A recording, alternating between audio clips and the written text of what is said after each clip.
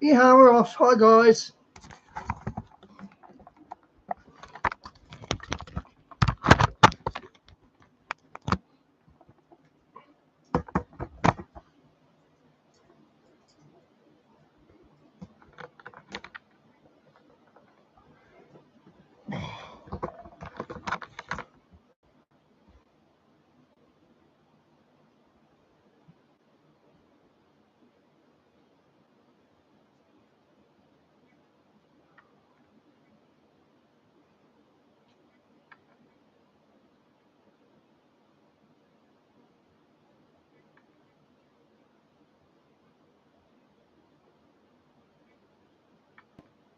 The very things we're watching is happening, not just in the Middle East, not just those nations surrounding Israel,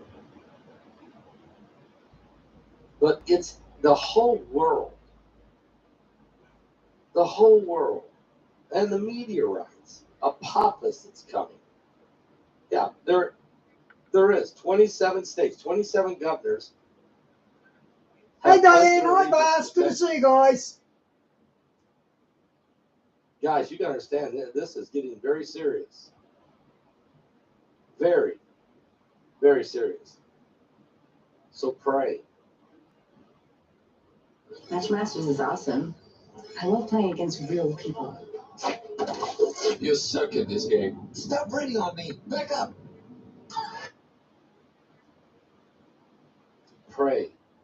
For the Bible says, in an hour you think not, the Son of Man cometh. You know, and then we got all these signs in the heavens. Remember what it says in the book of Genesis, the first chapter, verse, I believe it's 14. And God said, I made the sun. Oh, man, look at our and egg. Stars. Look at our egg with high guts, not high guys. For signs, prophetic signs and seasons for days and years. And then he said, the gold in the land is good. First chapter of Genesis. And so immediately God put some things in order so that when he built the Ark of the Covenant, he plated it in gold. He used the certain wood for the Ark of the Covenant. That was funny, Diane. Acacia wood. He used gopher wood for the... Hey, Phil, good to see you, bro. So I'm unreachable? Is that what he's saying? So tell him to call the other number. I don't understand. This phone is on, and for whatever reason, he says it's not working, which is this happened on this. What's going on here? Have they why would that not ring? So Mike, do you have the other number if you're in there? Heidi, if you're listening, can you email him the number again? This is the backup number. And him, everybody. This is crazy. Hang on. Call Heidi and ask. His volume's really low as well, guys, because I'm on 64 and I can hardly hear him. She's probably on the phone. Everybody's calling. Wait a second.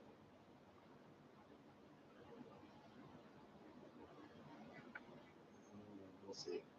We'll get you, Mike. Hang in there. It's the other. Use the other number, Mike. If that one's not working, if you have it, we gave it to you last week. What's going on? The phones are not working. Am I being hacked?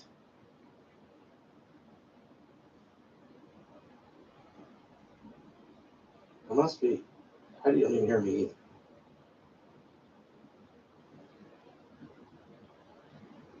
either? Okay, Mike. I know that. Yeah, you're right. This phone is not working. I got it. I'm so sorry. I was thinking we could get through. Don't worry, we'll get them. Yeehaw. See if Heidi can help us.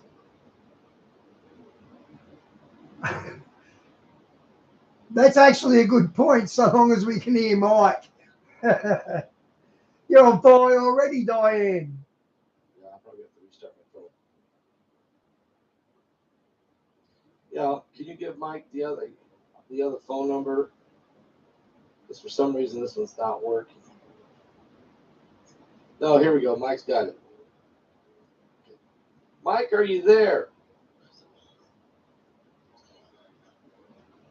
Okay, hang on a second because The volume's I'm not in working. my headset, so hang on. Try that. Mike? Yeah. Okay, can you guys hear him out there? Yeah, I think they can. Am I good to go? I think you're good to go. I think you're good to go, Mike. Mike, I'm sorry about that. This phone Don't here, worry about it. yeah, this phone here is not operating. I can't call or receive, and it's saying to me it needs an upgrade. They did that to me last week. All right, listen. All right, Mike. So how you doing tonight? Good. It's getting busy out there in the past. It sure is. It really is, and we've got a lot of situations right now. I don't know which one's the biggest.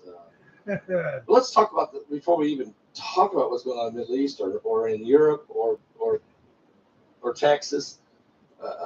Let's just talk about what's going on in the heavens. I mean, the sun has become extremely volatile. It's become extremely aggressive. And according to reports, it wasn't supposed to happen till late 2025. Is this just a warm up of what's coming? Oh, yeah. You know what? That's so funny there. But if you found that in an article, Yes. we talked about the off timing of their solar maximums, right? Yeah. Not to discredit them Now my TV volume's on full. or anything, but to kind of emphasize to people that they're not going to be informed by mainstream scientists. Even Hey, Sean, you it's good to that's see also you. ironic. You have an entire group of it. I'm talking about millions of individuals who do not pay attention to mainstream scientists. They don't discredit scientists, right? Right. But they do understand that, they're not going to get their information from them. Right. Because they're about, they get paid by those who are established, and they just can't come out with that type of information. So what's happening now is that folks that have an understanding of the solar system and what's happening with the sun and all this off timing, flares, so on and so forth, they're really starting to talk about this, which is why Elon Musk, he had that little article came about regarding his bunker. That was in direct relation to the sun. Do you know that? No, I didn't know that was Yeah. what it was about. Oh yeah, and not only him. See, it's not for. There's Elon Musk, quite a few others. They're not listening to mainstream science. They already know what the deal is. They know what the deal is, and that was Elon Musk showing the world. We're gonna have a problem, and you might want to be ready. Yeah. Yeah. So let me go ahead and break this news to you. You ready? I'm ready. I'm ready. Within the next 3 years, they expect an absolute, I guess you may say, conflagration over the face of the entire Earth because of the sun and because of war, right? So what? Within the next 3 years, totally consumed. They keep saying it's going to be totally consumed. Within the next 3 years, on the on top side, right? Yeah. And so they're actually telling people, NATO, they're starting to tell people, Germany, they're telling their people, get your supplies, Yeah. make sure that you can stay in a fortified place and get your supplies together now. They're telling them do it now. Are they saying this, Mike, because it will not be livable on the top side of the planet? Where you're going to have, here's what they expect. They expect war to consume the face of the Earth at the exact same time. Solar activity is going to be absolutely devastating. That's crazy. Wow. It's amazing what a little snooze can do.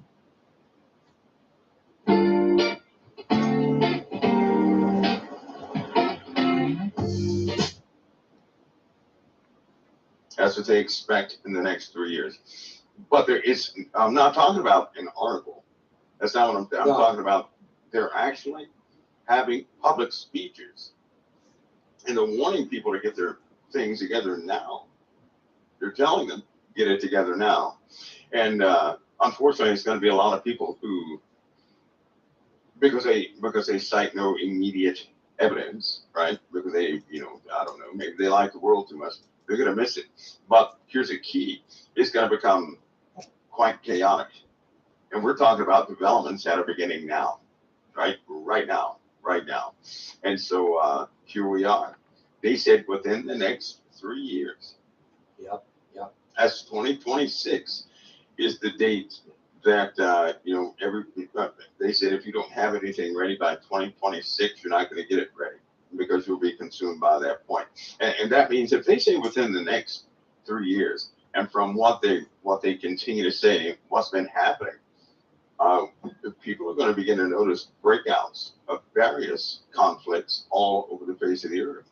Is that China is telling their people the same thing. Really?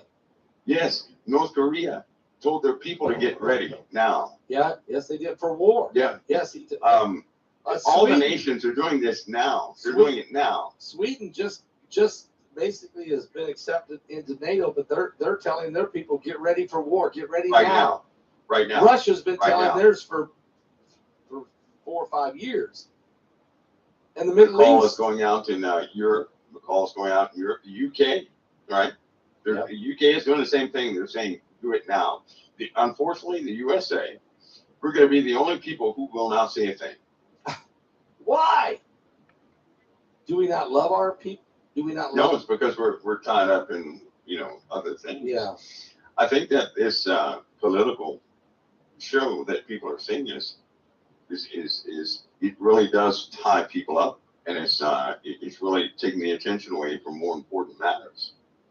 I mean, much more important matters. It's not going to matter who's in the White House when missiles are striking every single piece of the East and West Coast. It's not going to matter who's in the White House when solar activities blow out our power grid. Right now they're worried about the power grid. They're getting money together. They're about to have a $10 trillion package again to go out all over everywhere they can to start to fortify some of these hardened structures. They're rechecking military bases. That has to be done by the end of by February 11th, I believe it is. Right, so military bases have to be check certified to operate off the grid. So is this battle, what we're seeing, is it a lot over resources? I mean, worldwide now, and internally, we got games. We got a circus going on in Washington. We got people playing political games and gotcha and let's reinvestigate this and investigate that. And now we got 27 states that are standing with the governor of Texas over the border. I mean, this is getting serious, isn't it? Yeah, and they already know it's going to get worse. Let's talk about resources for a minute, though. Okay. That is a public opinion, right? It's public opinion. What country needs another country's resources? What you see being shipped now is not fuel, it's not oil, it's not petroleum. The USA has its own oil. In the Middle East, in the Middle East, they're spending about $400 million a day on nonsense because they don't need anybody else's oil. They hold it back from Israel, of course, but Israel does not need anybody's oil either. They're sitting right atop a big, source of that. Right. And when it comes to minerals in the earth, like lithium and other minerals, South America, of course they have a lot. Shawnee, I saw that in Facebook that Russia's now the New World Order, declared itself the New Order or something. I saw that on Facebook or Steve Gardner or Redacted, something like that. But so do other places. And for the most part, people have exactly what they need, right? Yeah. So, but so long as the people believe they're having a war over petroleum, so long as that's the public narrative, nobody ever looks into the truth of things, right? Because we've gone a lot further than that. It's kind of like this thing with like this thing with AI. AI is so misunderstood right now, and people don't. Or for example, people still believe that AI is coming on the scene, right? Right. It's already here. It's already in People control. have already listen. They've known an AI derived character for 5 years. They've known it. All of your audience, they know a character that is not a real person. It's an AI derived character, and they don't know who it is, right? So they already know They that know part. it works. They know, They know, and the robots. They're creating. You're saying they're creating an AI individual, and They already did that. And they've They done already it. did it. We've been fooled for 5 years. The public's He's been on been fooled. television. Yeah, he's been on television for 5 years, and nobody has said a word because nobody knows who it is. Nobody programs it, right? They work with it just like they would a person. Yeah. So people can forget that. Plus, the role it has, for example, CDBCs, right? Yep. It's coming regardless whether people like it or not. And the difference between that and everything else, for example, Bitcoin. Bitcoin has somewhat of you have a number. You're a number with Bitcoin, right? With CDBCs, Apparently, that's what they're fighting for. Who's going to lead the New World Order? Because they all want to lead the New World Order. it's set up now. It's your signature on there, right? So it is programmable money. And what I mean by that is, and it's going to get everywhere, it's unavoidable.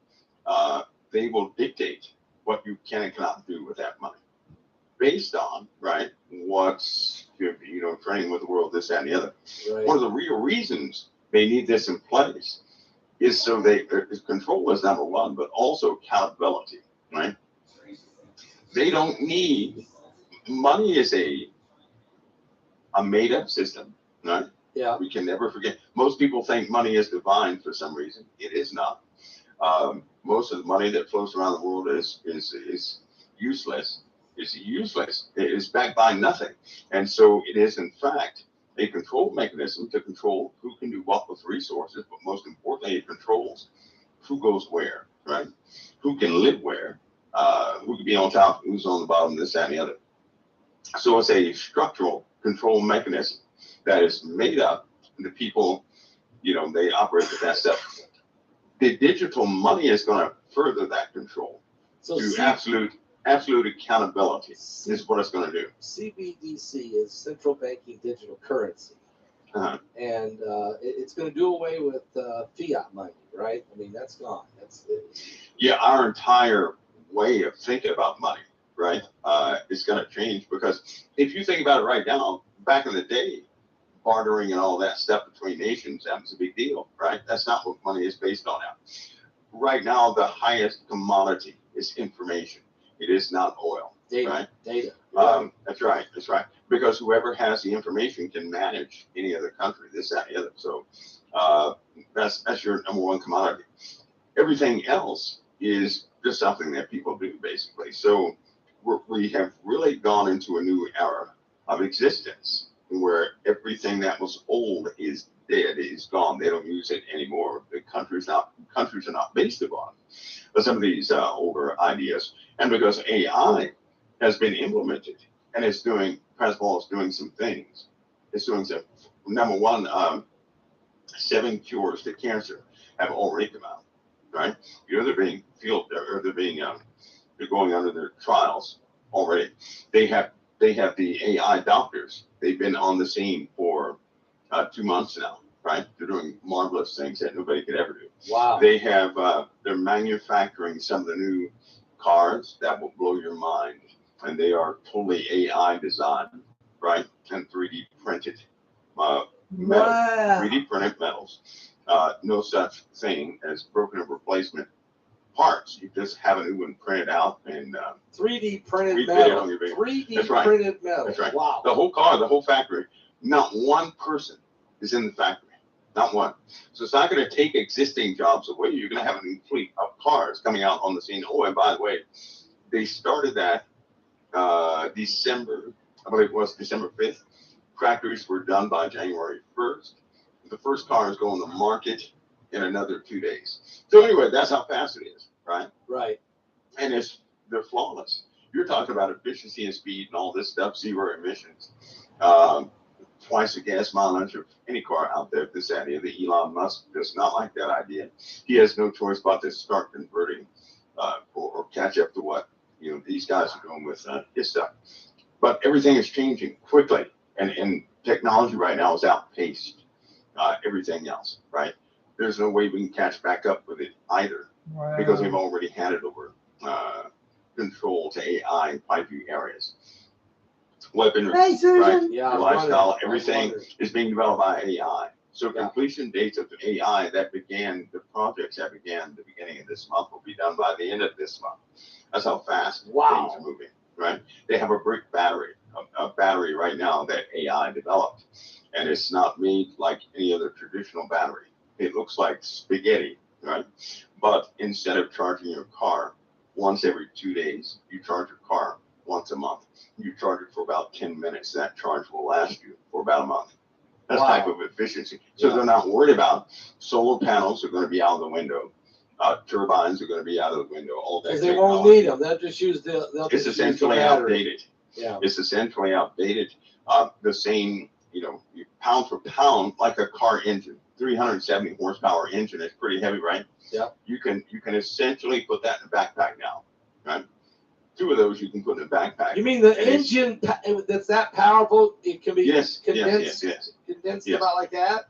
That does not use fuel. It doesn't use fuel.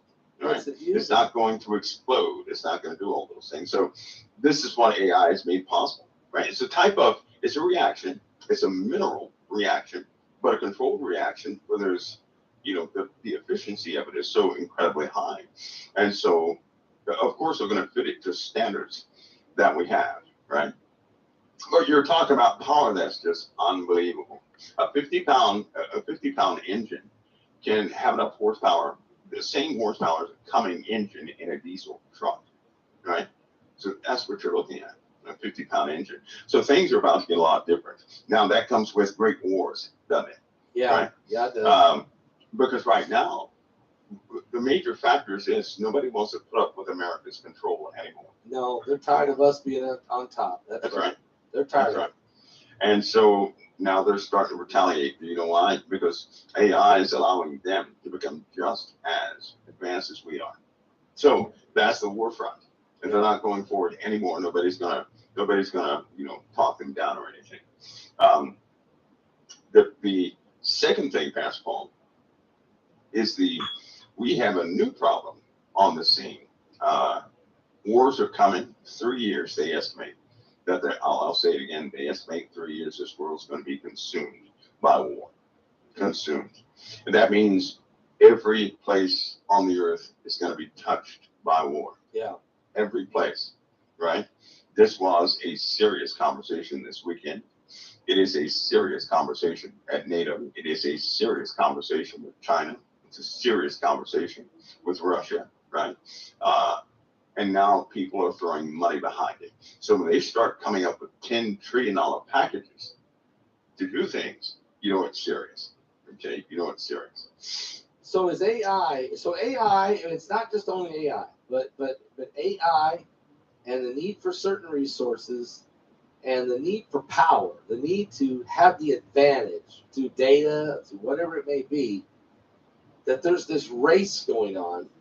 And war is going to break out, and we already see it. It's already broke out, and it's just starting. It's just barely starting to spread as different nations go for maybe pay back old scores, or they go for because of ideology.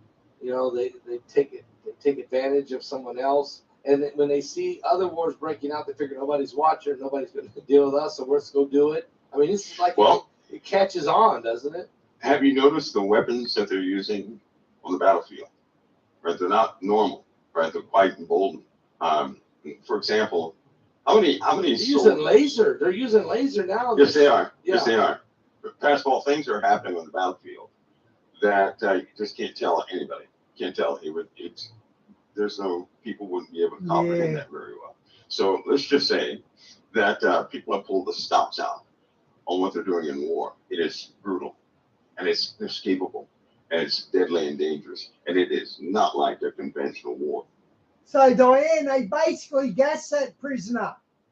When you execute prisoners in America, the cause of death's written down as murder.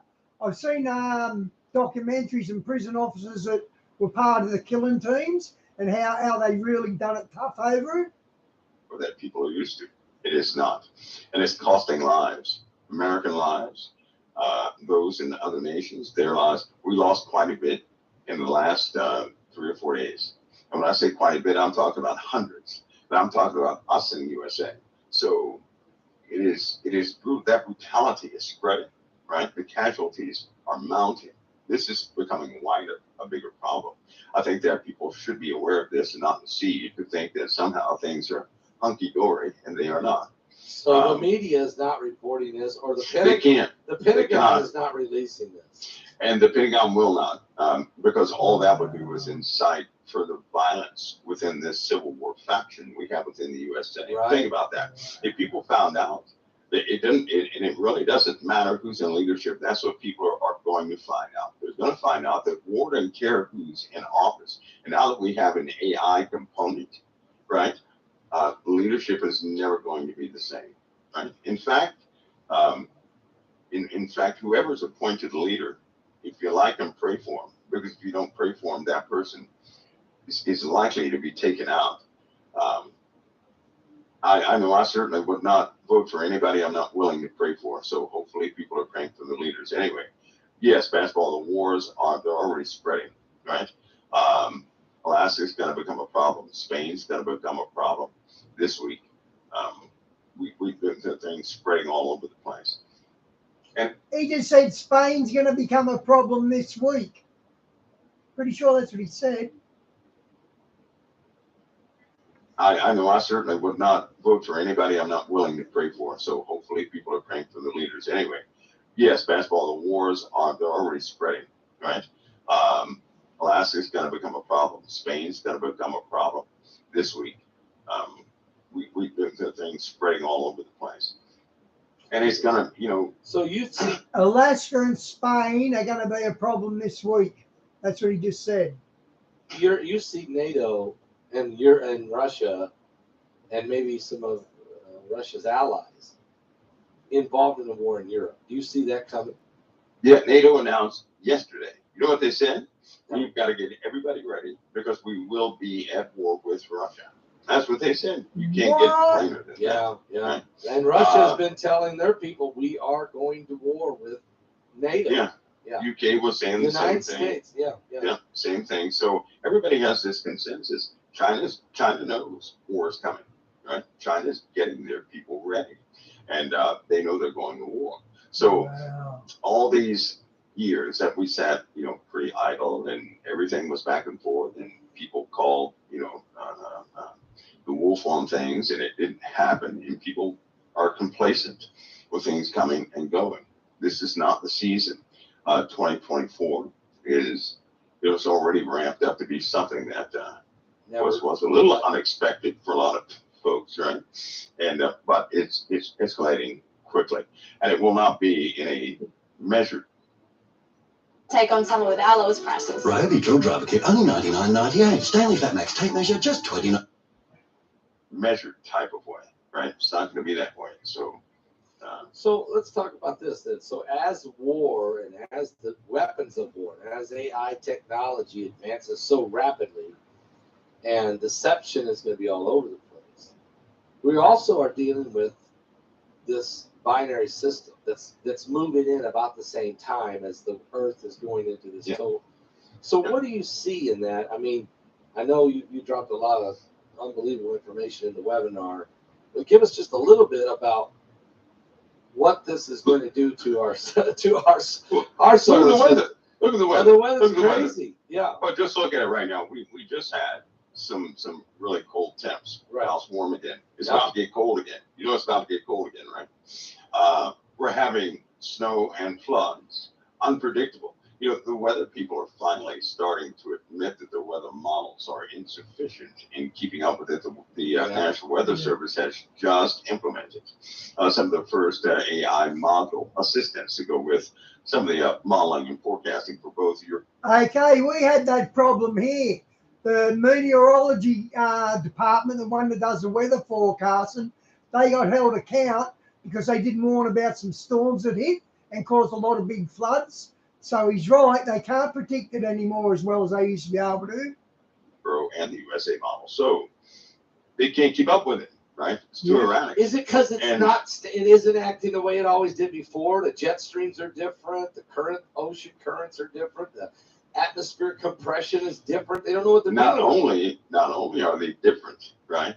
But the trending of these patterns is highly exotic or erratic, very difficult to trace. You know, some people still have a feel for it, which is why it's important that Christians, with experience, really start looking at this stuff and that they're tuned to it, right? That's why I can, I don't get it right all the time, but I'm as far as having a forecast or something like that, I get closer than they do with without a simulation, because you can feel which way weather patterns are going.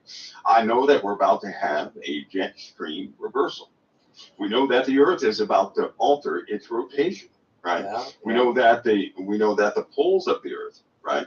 That we know we're gonna sit sideways for a time, right? So what? Sideways? You mean we're only gonna go sunlight, the wind, everything. That's gonna mess stuff up. I mean, that's gonna totally change weather patterns. That's right. Temperate forest regions are gonna become arid and dry regions. Places like Arizona are gonna be forest areas, right? Mushy swamps, things like that. So we're gonna have a reversal of things, right? It's gonna uproot our way of life. We're still gonna be here, right? But it's just gonna that's gonna wreak havoc. We know that. What about the coastlines? No guarantee. They're gonna alter. They're gonna change. Yeah. And you know what? All governments were talking about that last week. Really? They already know about that. So nobody should be surprised when they start pulling certain research firms away from all coastlines. Do you see, Mike, mankind becoming savages again? I mean, almost like 100%. Hence the bunkers. You said it. That was great. Okay. Right? Right. The bunkers will protect those who have them from people. Yeah. Okay. Let me give you a visual of something. Imagine most of the police force gone. You would have total chaos. Imagine a lot of military forces gone, right? They're gone. Imagine states like Texas, Utah, and those places have actually instituted their own types of government. Imagine regions of the USA negotiating with other regions, right? But with a sharp decline in the population. Just imagine that. This is likely how it's going to be. It's likely how it's going to be, which means you're going to find a lot of people abandoning what they're doing, and it's not going to make sense. But they're just going to abandon things, right? Some very disturbing statistics have come out. Do you know that childbirth has decreased? They say that based on numbers coming back, I believe it's 1 out of every 5 males, I believe, will have their hand in new offspring. It used to be 4 out of every 5. Now it's just 1. But that number is sharply declining. They project by the middle of this year, 1 out of every 10 males, right, will contribute to birth. The decline of babies is just incredible, and there's something happening with children. They're passing away quickly. Is this the food that we're eating, or is it the water, or is it? No. This is you can't see it as just one thing. Okay. Can't say that, right? Okay. Some things are. Well, the Bible says there are a few things, but the Bible does talk about, Mike, that there's a time coming when there will be 7 women to every man, and they will cling to 7 women will cling to one man, just if for no other reason, so they can have his name. That sounds to me like a society that maybe there's only one man fertile out of every 7. There's only one guy's actually able to provide. I don't know what that means. I mean, or there's all the others are dead. It's a very well. There's going to be a sharp decline in the populace basketball. It's already starting to happen. It's just not. People are so busy they don't really notice these things. Plus, we have some pretty big magnetic events we have to deal with in the body. The human body is tuned to the magnetosphere, right? Okay. Something happens to our magnetosphere. Something is going to happen to us, right? It will cause people to become highly militant in their thinking, violent, enraged, all sorts of things. What is that again? What causes that again? That's a magnetosphere. Oh, the magnetosphere. Okay. Yeah, if it changes, because your brain operates within the confines of a very stable system that the magnetosphere provides. If that's gone, right, then your brain is not going to function properly. It can't transmit signals properly. You're going to have declines in certain parts of the brain. Your frontal lobe will start to collapse within on itself, and that is responsible for keeping it calm. It'd be like a woman without estrogen. Yeah, right? Yeah. Now, if you take that chemical out of a woman, nobody can talk to that woman. Nobody. Just by a simple hormone, right? At low levels in a woman can turn that woman into a beast, basically. And they can't control it. No more than they can control tears sometimes at certain points in their lives. So chemicals can largely impact the body. People know Bob Marley's music everywhere, all around the world. The body, right? Yeah. And the only way around that is spiritual control. But here's the problem, Pascal. If people cannot spiritually control themselves now, right? Because their body is a vehicle. And one day they're going to get a new vehicle. But they were born in this vehicle, the body, and a lot of people believe they are that body. Right? Newsflash, nobody is their body. No. That's when but they're letting their bodies dictate what they do. In other words, they are trying to fulfill the desires of the body. Now, people who do this, they have no spiritual control over what their body feels. For example, if you're having pain, why scream? That's not going to help the pain. So anytime somebody ever feels pain, try not to scream and watch what your body does. Your body's going to it's not going to like that. Until you do one thing, Pascal. Why is screaming out? Is that a mechanism of release? Well, it's kind of release. That's what we do. No, that's just what we do. Okay. But that's what we do because for some reason we think that moving around and all this stuff is going to help it. Right? Wrong. It's not. If a person can challenge themselves when they're uncomfortable to stay very still, right? Don't change any emotional expressions or anything else. You're going to feel their body saying, nope, don't do that. Don't do it, right? Until you do one thing.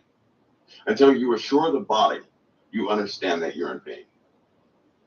So that's mind over matter. That's when you let your mind control your body and say, hold on a minute. I understand, you're hurt, you're injured, you're whatever, but we're in control here. I mean, that's a mind over matter. Now that's when you really, that is because your whole body is going to scream out, do something, right? Right. It's going to continue to do that until you tell your body, I got this. Yeah. So somehow you have to communicate with it. That's your soul overriding all the mechanisms in your body. If a person can do this, you know how when you're sleeping and you forget about your pain, you wake up, you're in pain again, right? If a person can do that, if they can do that with that feedback mechanism, they can essentially dampen their pain. They can stop the pain. They don't have that pain. They have pain because they're not taking control over their body. And to walk purely spiritual, right? People can take control over that. They just have to learn to be good stewards over everything, every message, every signal, everything, and take command of it and start leading their flesh and not letting the flesh lead them. Anyway, I'm saying that, Pastor Paul, because we got another problem. Okay, what is that? Okay, let's see, what time is it? Okay, since it's so late, I'll go ahead and say it. Over the last 2 months, there have been some investigations, right? Okay.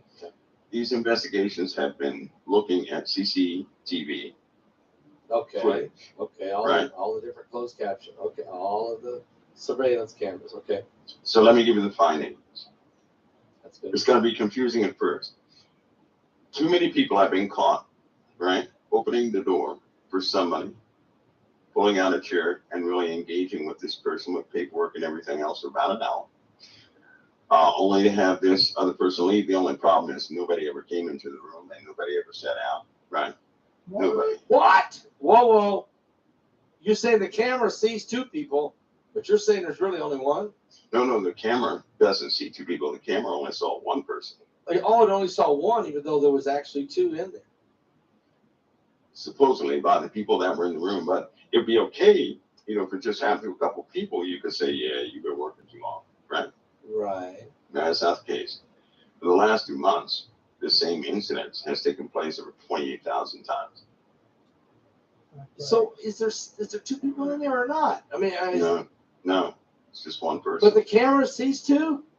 The camera doesn't, no, it's just, the camera sees one person, but the person in there, Thinks the there's people in another. the room, Yeah. the people in the room, if it's 4 people in the room, the 4 people swear it was another person in the room.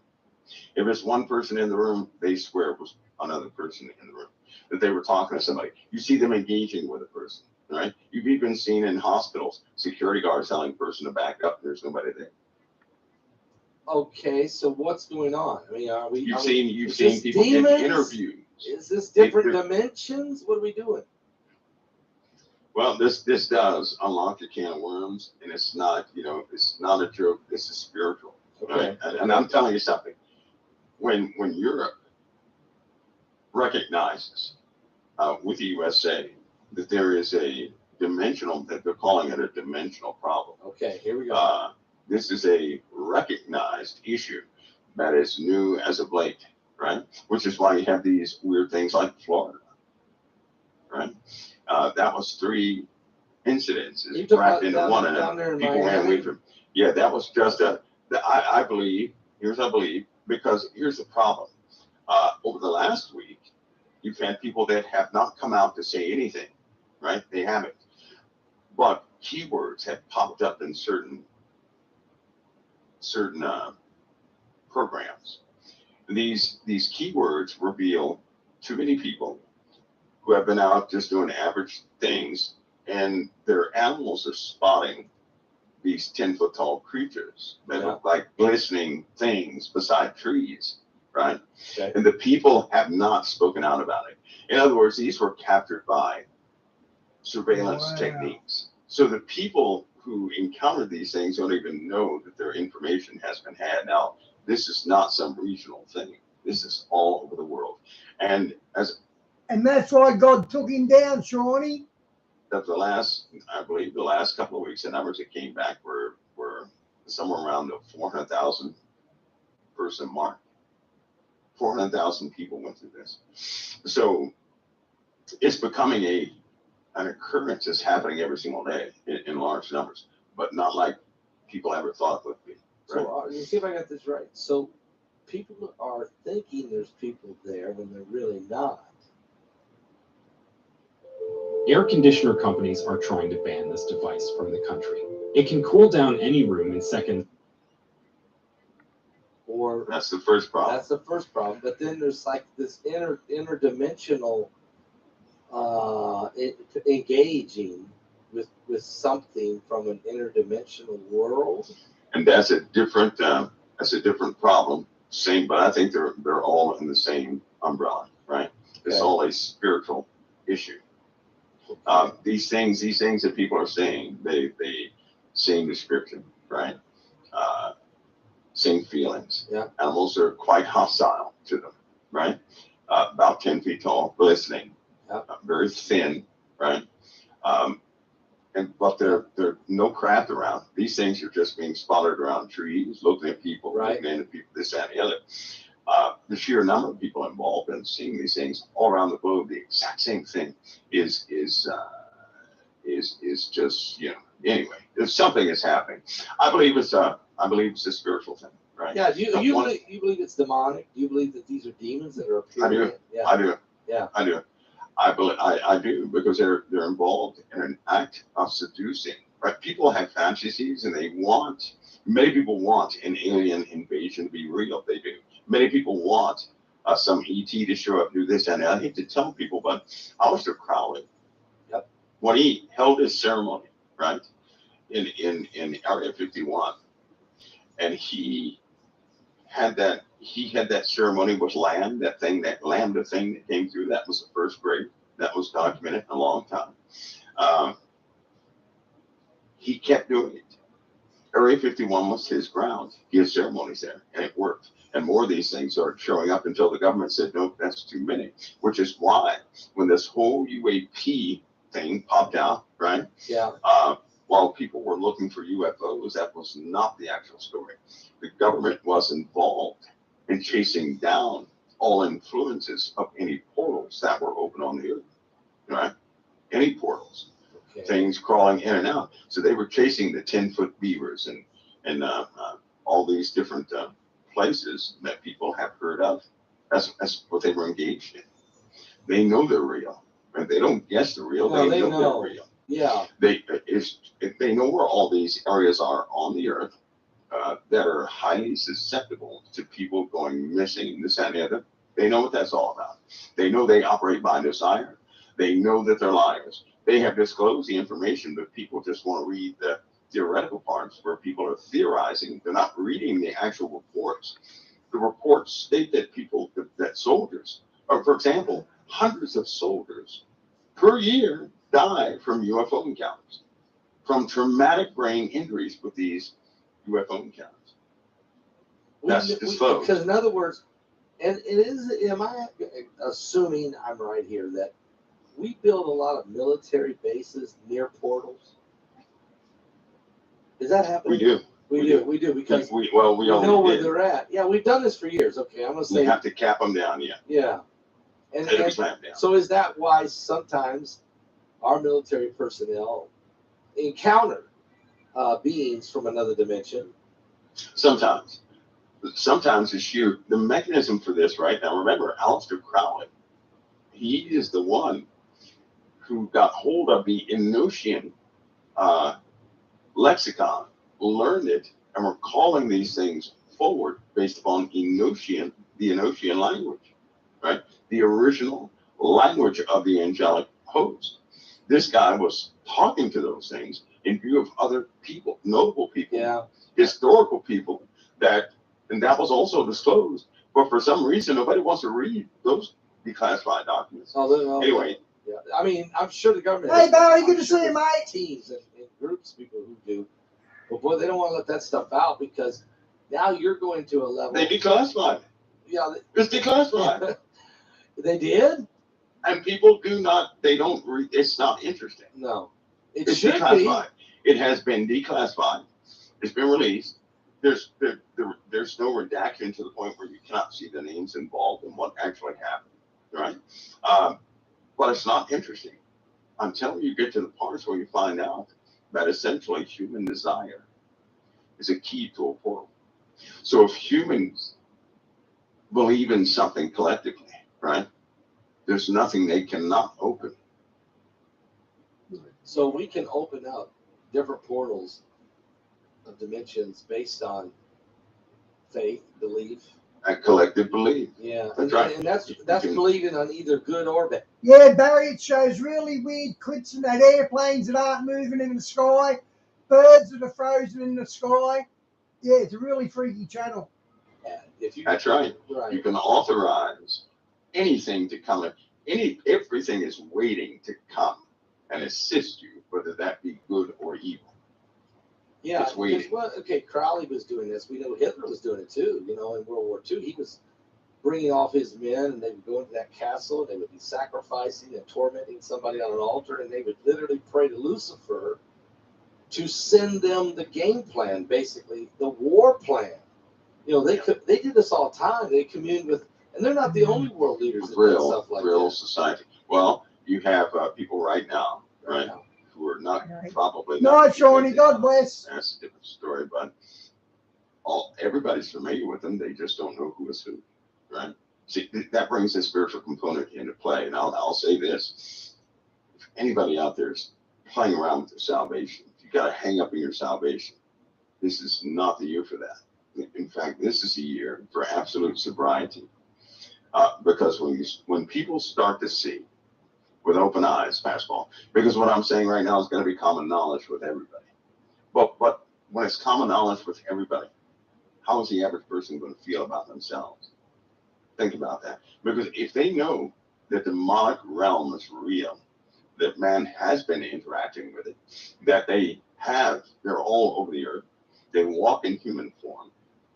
When people find this out, and they find out there is above their heads, there's not a spot in the sky that's not covered by something you can't really see, but it's there. The influence is there, and they wait. When people find out about this, then what? What are they going to do when it's real to them? Well, What are they gonna some do? of them are going And to if they- entertain them. Some of them are going to call them down and entertain the dark side, and others are going to talk to the angelic hosts that are on the good side. I mean, people are going to learn that they can interact with the spiritual world, and they already know. Some know, but you're saying it will become such common practice that They're going to have, you know, it's just not going to vote. We know the kingdom of the beast is rising. absolutely. And I'll tell you something. Anybody who has ever looked into the eyes of darkness for real, they know their life can never go back to normal. They'll never have innocent eyes again. But the rest of the folks, the average person is going to die by seeing it. And if their life is not right, they're going to die and be condemned, because they chose death and to be an agent of death rather than the life. A Christian who's been toying around with their salvation, past all, they're going to say, I wish I would have gotten serious about the Lord, Right. 4 years ago. But this is that time right now for them to get serious, because what have they got to lose? They got nothing else to lose. Everything is starting to rear down, and things are really, things are really starting to manifest. You know, Jesus said men's hearts would fail them for fear. When they For looking after those things coming upon the earth. Let me ask you a question. With Planet X on the way, in this webinar we got tomorrow night, with this energy, is there also a connection with the dark? I mean, as this thing goes by, and it's not just, we can see the science of it, the shaking up the sun and the earth and all the planets, but is there also a spiritual shaking You better taking believe place? In every single case, historically, when things like that were spotted, Yeah. everybody had a brand new way they looked at 100%. life. In other words, they said that God was no longer a mystery after that, right? Now, here's what happens when a strong magnetic force is encountered. People are familiar with nightmares. Running in a nightmare, you can't go anywhere.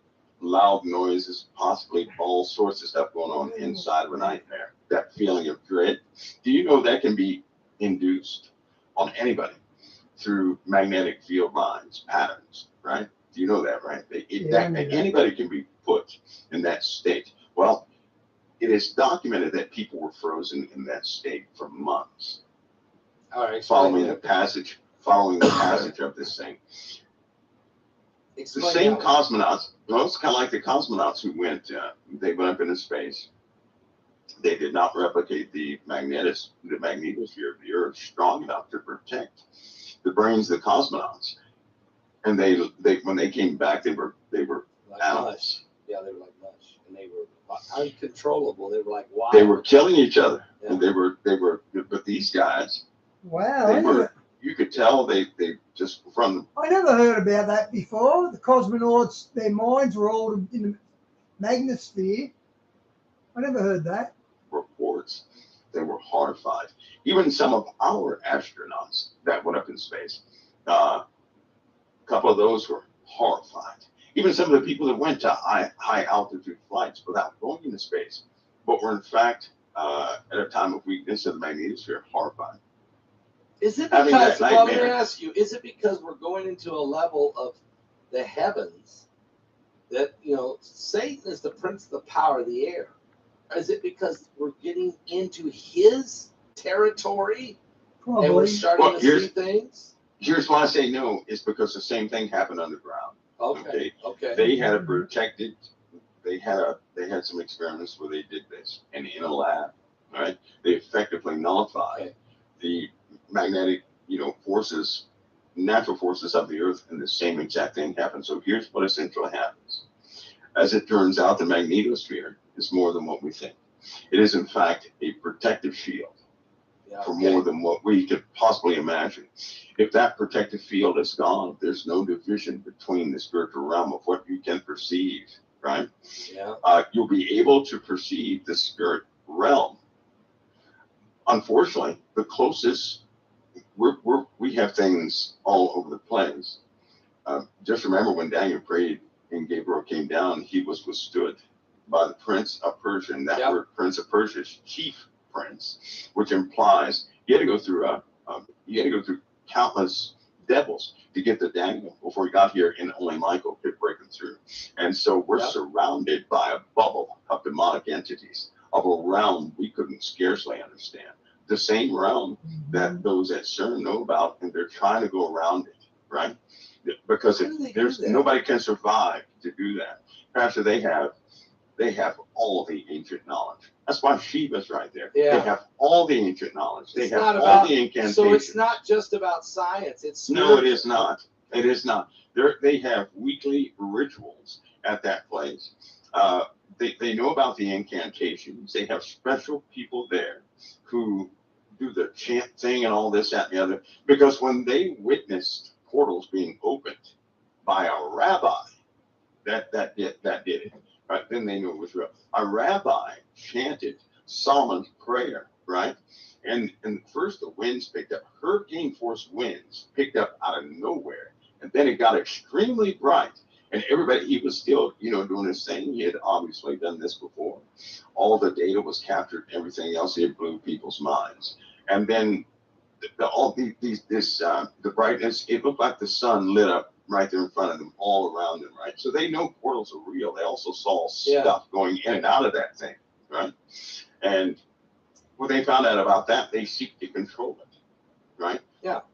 So look at CERN. CERN is essentially, it is a particle weapon, right? Yeah. But a particle weapon they can analyze based on anything they hit. So when they find out the right frequency, you could say, the right set of properties to utilize, right? Then they can peacefully open up these portals. They can peacefully do things with these portals, right? Yeah, okay. Which means, because if you open up a portal, people are going to die, period. You don't open up a portal peacefully. People are going to die. Something's coming out. Well, or somebody's going in. We've got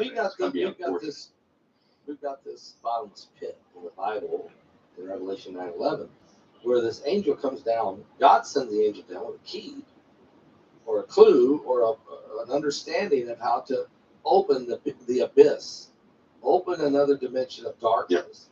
Yep. Is CERN trying to do this, or is this where the area is, or is it? Are they involved in trying? Other than the Dead Sea, right there in Genoa, in Geneva, Switzerland, right? Yeah. That is the closest place to an ancient happening you can get on the face of the earth. So let's just say it's very close to an active source. It's very close to an active source. And there are 3 temples in that place too, underneath the ground. And CERN is smack dab in the middle of it. Wow. It's right in the middle of those temples. So, they're because how much it's so funny, right? They have CERN, all these experiments. Where's the increased quality of life at? Where's that at? We're not going to see it, right? Obviously. And the science that they're finding out, what science are they actually accumulating that's going to help anybody?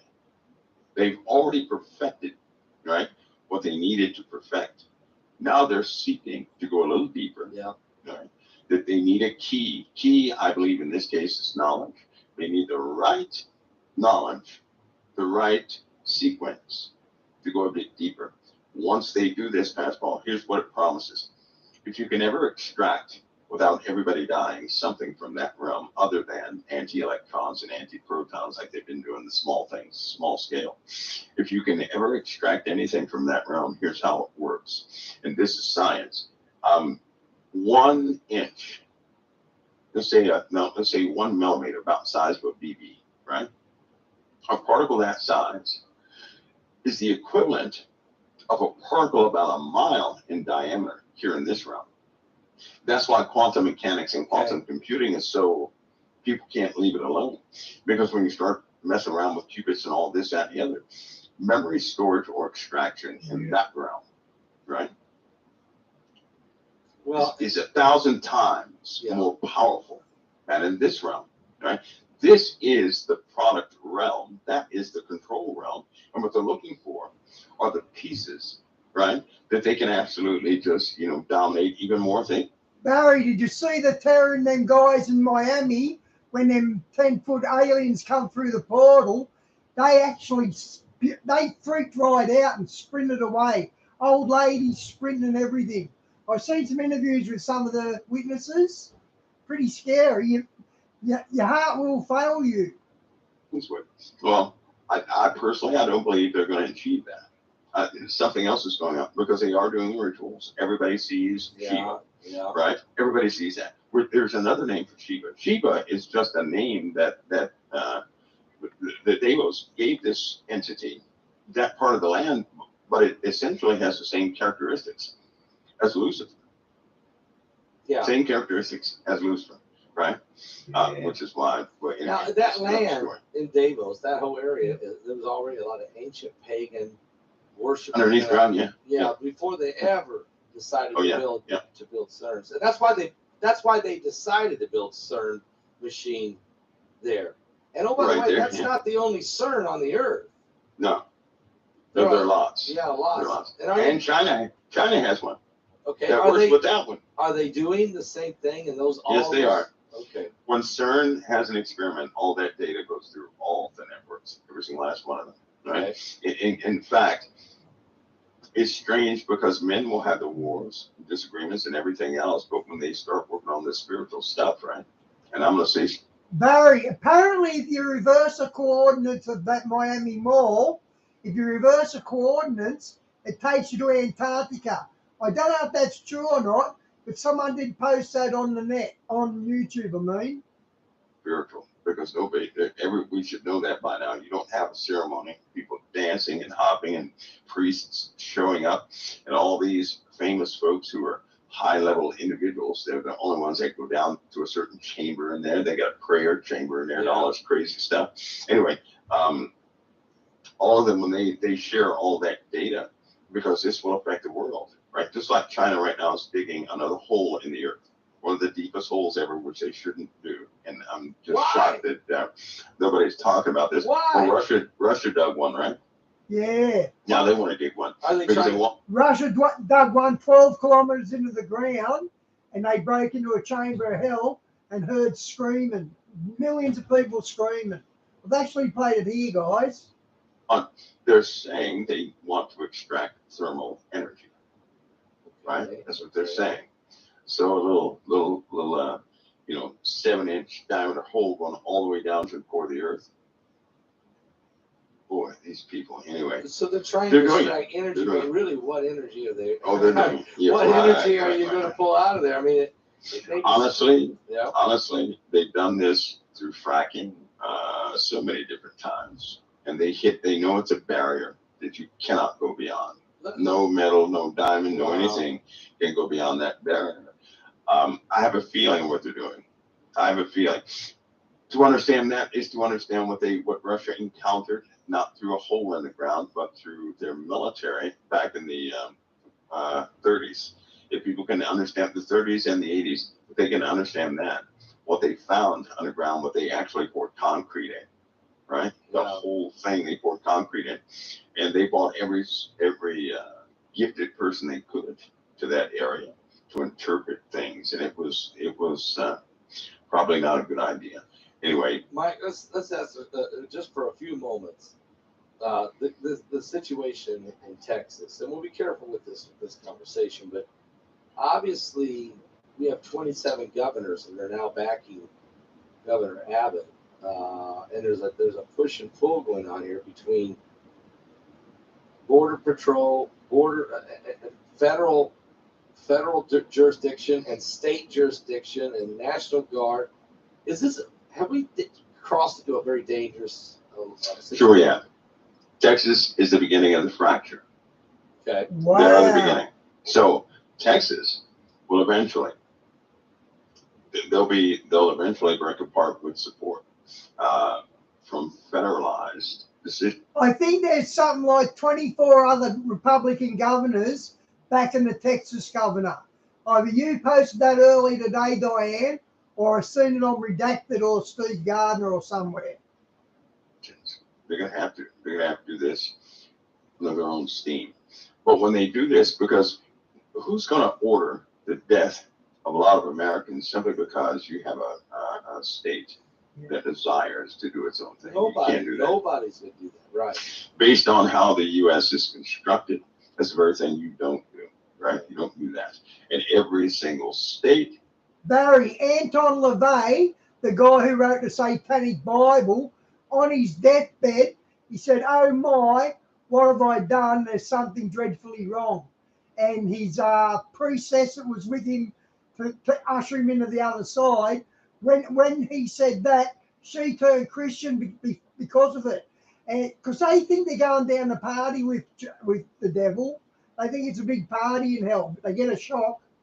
Has the right to impose what they need to. The federal government was never put into place to run the states, but to assist the states. Right. And I think that's what a lot of young people, they don't understand. That's the difference between a republic, right, and some of these other things. What they call democracy, right? A republic is totally different. That's right.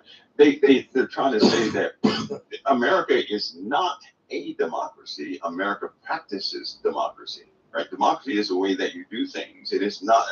We are not a democracy, because that's a. You're a republic. That's a. No, we're not. That totalitarianism stuff. We're a republic. That's right. We are a republic, and that's true. A republic is different to a democracy. That's part of the big misunderstanding in a lot of people's minds. A lot of young people, they don't know that, Braswell. Right. Yeah, and you have like the Republicans, they know this is a republic, and the government stands to assist the states, not to run them, right? In fact, it was the government that borrowed money from private industry to help keep it going at a certain time so it could assist other states in the further development of the U.S., but that knowledge has been lost, it's been twisted, and people get a hold of that, start doing everything. But by law, every single state has a right to undo everything they just did. They have a right to do that. They have a right to employ it. And so eventually it's going to come down to the Supreme Court making a couple of decisions, which will ultimately leave that in the hands of Texas. And they're going to be the first to actually fully do it, because how can they not? They have a border. Okay, it's clear. Right. This is the biggest problem. They got the biggest problem of everybody. So. That's right. That's right. That's what Fort Hood, Texas is there for, right? And so they're going to have to implement something to shut that down. But it's just incredible how much knowledge has been lost, so much so that you essentially have tyrants that come in and try to instill within people, hey, this is different than this is this way, and it isn't, right? It isn't. And the stuff that people are engaged in is in fact illegal. Based on our Constitution, Bill of Rights, it's illegal. Yeah. But here we are. Those things have to be. I think those things have to be defined. But there's some people who don't want it defined. They want this to be a democracy. But one thing's for sure. In Texas, let's say, in Florida, there's 2 states for sure, and there's others, that the amount of money they send in to the federal government and the amount of money they get back, they send way more in than they get back. And part of the reason is they're paying the bill for California, New York, and Illinois. Well, at some point, Texas could say they're the 5th largest economy in the world. Texas could say, you know what, we're better off just being by ourselves. We can use excess money. We'll build our own army, and we're the 5th largest economy. And I'll tell you what, you can't blame Texas for doing this. Biden's let it get invaded with illegal immigrants. Gee, I hope Texas stands up to him. Be better off. At some point, that's going to hit their mind, right? I think they will, and I think that's going to happen fairly quickly. I do. Listen, if nobody understands by now, I don't want to say too much because if you start talking about one specific subject, I don't want to say it. No, the wrong people will hear it. Yeah, it'll ignite a firestorm. They'll begin to fight against it. Right? You don't want that to happen. no. Anyway, but if nobody can notice by now, just take note. Corporations moved to Texas from California. Yeah. Corporations. We're talking about mega trillion-dollar corporations. Yep. Now, why do they move to Texas? Probably because they know about trending or what's in the future. They don't want to be in California when the future comes. They want to be in Texas. So all of your industry, which this country runs from, right? Your big moved to Texas. Big That's tech right. is leaving That's right. Seattle. Quick Sale was coming. Yep. That's right. So if they know what's in Texas, if all that stuff's in Texas, Texas breaks away. Who can say anything? Who can say anything? That'll be the power center of the USA right there. That'll be it. That'll be it. Well, we'll pray that we'll watch first of all how this develops, and I think it does make a difference who's the president of the United States during that time, because one may heal the wounds and the other may not, may cause the wounds, and so we'll just see. God's in control of this, but there's definitely a shift going on, not only in America, but probably around the world in these areas. And change, with all change, Pastor, you're gonna have resistance. Yeah. You're gonna have pain. You're gonna have pain. But the ultimate outcome is the Lord's, and He has declared what He has declared. And I still believe that even in prophecy, America is part of the solution. I do too. And part of the Lord's hand in this earth, right there at the very end. I do believe that. I do too. And because he won't. We're established on the Word of God, and there's a lot of people here in this country that love the Lord, and so we're just keeping close. Mike, this is unbelievable. These portals we opened up everywhere and everything else, and then this ties to this webinar that we're having. I mean, you talked about some unbelievable stuff. You brought up a lot of ancient stuff and other stuff in that webinar. People might. Oh, and by the way, you called for Gil Brazard and BP Earthwatch. They showed up. That's right. That's right. And throw in a stand day. That's right. Yeah, it's really good. That's right. Those guys, they're Barry, they're leaving in droves. They're leaving California in droves. They're motivated spiritually to do what they do, right? Yes, people can anybody can criticize what a person does, right? But I would remind people when folks are driven by passion, because they have a sincerity towards humanity. They're concerned about people. When they're driven like this, and it's spiritual, they believe in the Lord, then you might want to just stop, listen, pay attention, and because all information, right? All information is all of it is not going to be as accurate as we would like. But I'll tell you something: if your ears are open, it's got to be usable, right? It's got to be usable. And the Lord does not give anybody the anointing or spirit to go forward anything to kill their own futures and careers. He didn't do that without it having great meaning. Well, Diane, so no one's signing up for the FBI because of the woke culture they're doing. That's really good news. Right? So if they're driven by that passion, instead of us bickering and fighting, what tent is Mars and on the green side next to this, that, and the other, all these little details. If we would listen, I believe collectively we have an entire picture. Individually, we do not, but collectively we have an entire picture. So it takes all of us, not just one of us. It takes all of us and what the Lord gave us, right? Somebody, Pastor, I believe you have a good gift of putting things together from different sources. I do believe that. And a truth is extracted from a collection, right? Of people that the Lord sends. It is. Because if for any one person to have the entire truth would be overwhelming. That person wouldn't be able to wake up in the morning, right? And I do believe that. There's a scripture that says there's safety in a multitude of counselors.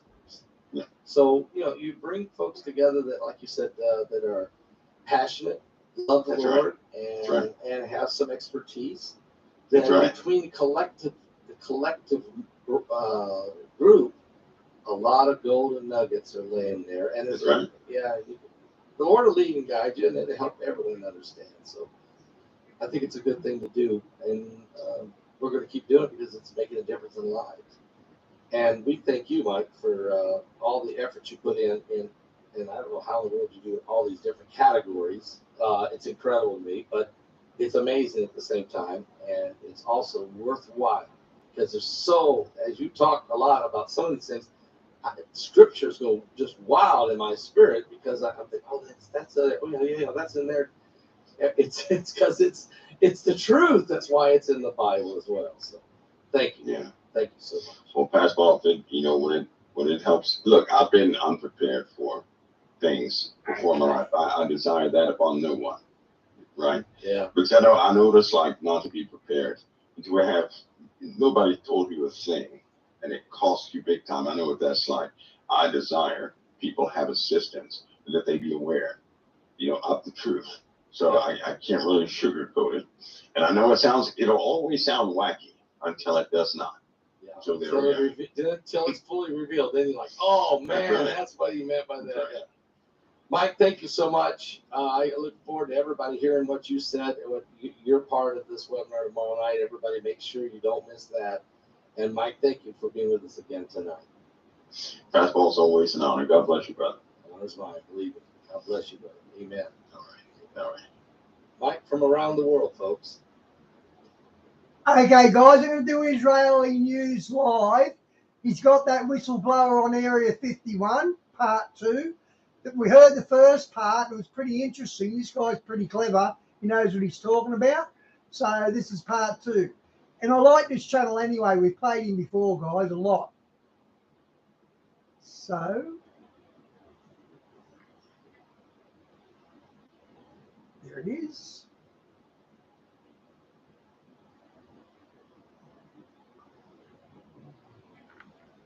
And we had the last time.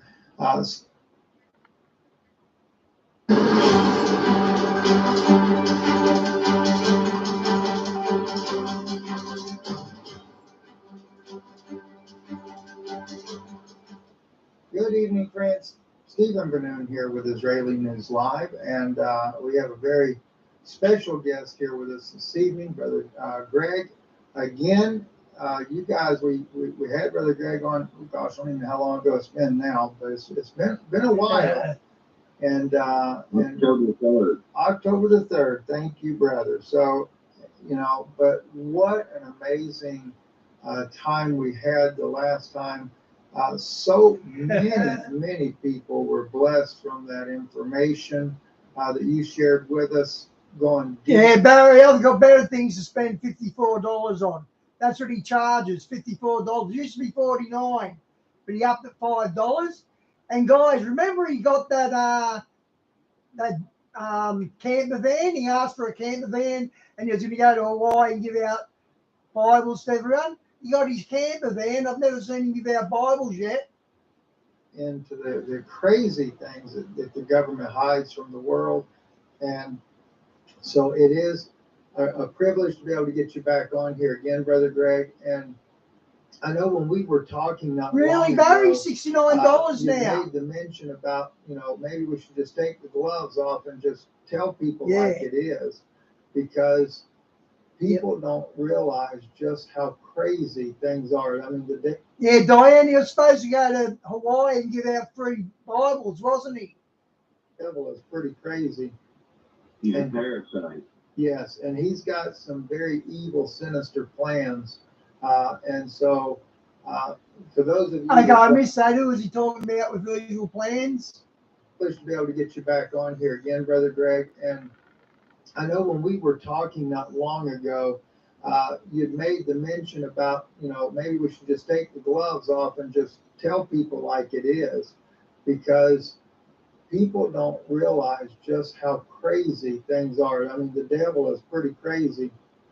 He's a parasite. Yes, and he's got some very evil, sinister plans. And so, for those of you that don't know, I mean, Brother Greg, he's in the military. He also was worked. Well, I'm going to let him tell you about those different things that he did, but he has seen things that most people would never be able to wrap their head around. And when I first heard him online, which was probably about 8 months ago, maybe a year ago, it was the first time that I had ever heard anyone that could understand. Barry, he might as well have went to Paris or London, eh? He's picked a holiday destination. and no, Poor Begley's a crab. all the things that I had shared with you guys, but on a first-hand basis. For me, it wasn't first-hand. It's because of my connections in the intelligence community, friends that I have that work deep in those areas that also were first-hand witnesses like Greg was, that I would share things with you that they shared with me. And I may even drop some of that again tonight that I've never shared before. So anyway, Brother Greg, thank you for being here with us today. Thank you for having me on again. So if you can give people, again, we'll just act like, Greg, they've never seen you before to some degree. And if you can give them a little bit about your background so they understand where you're coming from. Well, I was in the Air Force, an airplane mechanic. And when I got out, I went bear hunting in Colorado. And I got a job at a real estate place for selling real estate. Went under, and I was looking for a job that said high security, possible violence. That's what it said in the paper. And so I thought, well, I've seen enough violence to know how to handle it. So I applied for it and got the job. Then another guy. We were the only ones that applied, and we both got the job. And they sent him somewhere else. But we have both been to all the bases. Well, not all of them, but most of the bad places. They were just bad, evil. And so it was rough. For the first year, I had a real hard time. You couldn't stay with 6 months at a time because of radiation levels, so they sent you back out in your home for a couple of months and then let you come back. It actually burned the teeth on my bottom jaw. But thank God I don't have any cancer from it. So they're going to pull them off here pretty soon and put dental implants in for me. Greg, was that radiation due to the secret underground bases where you dealt with extraterrestrials and say, for example, there's spacecraft? I have heard from intel that I've talked to that one form that said that there's different types of spacecraft, but one particular type does use a form of nuclear energy. Yes, and I seen a film the other day of the TRB-3 using its laser.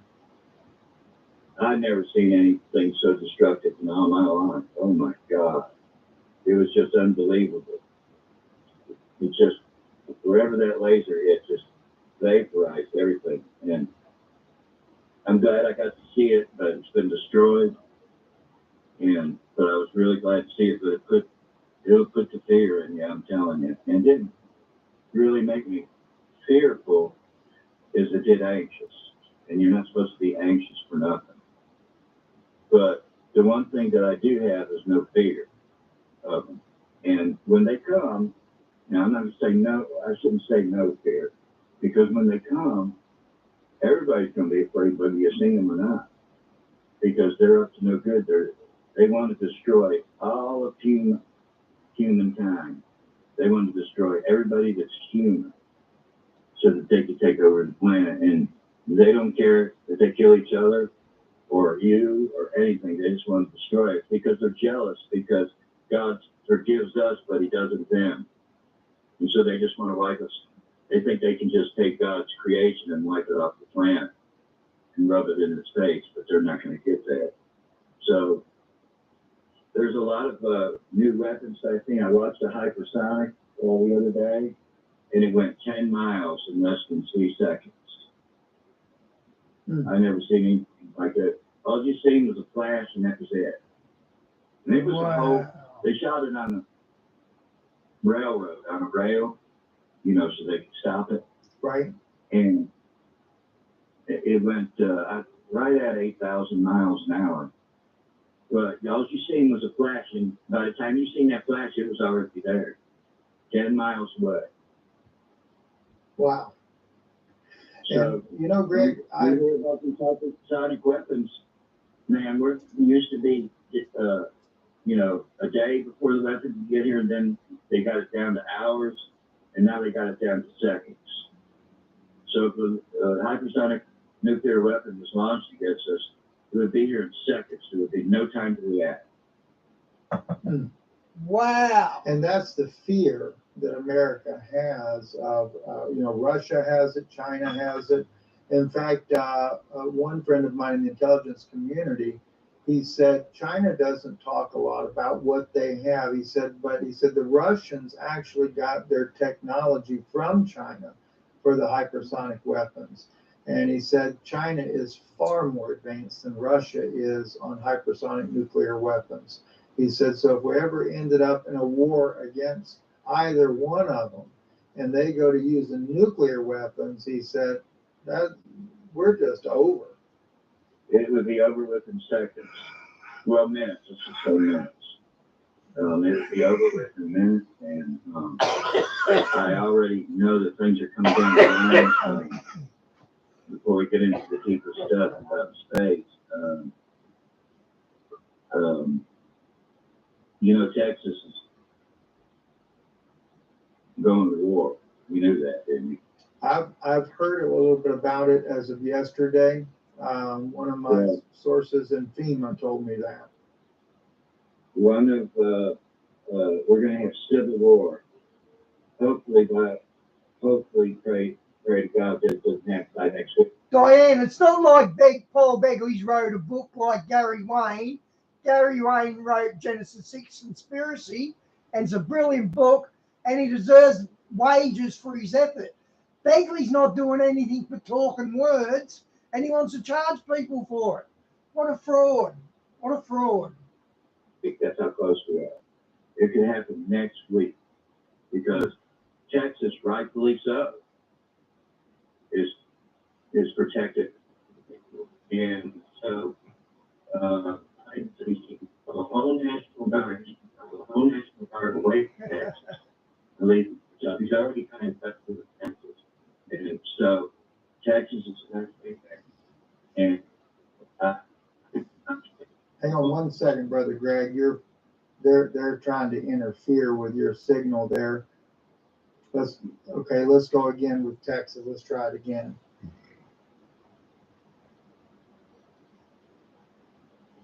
they've declared it. Okay, now you've come back. Yeah, I don't know, Brother Gray. We'll have to repeat the part about Texas. They have interfered with the signal here because of what we're talking about. Go ahead.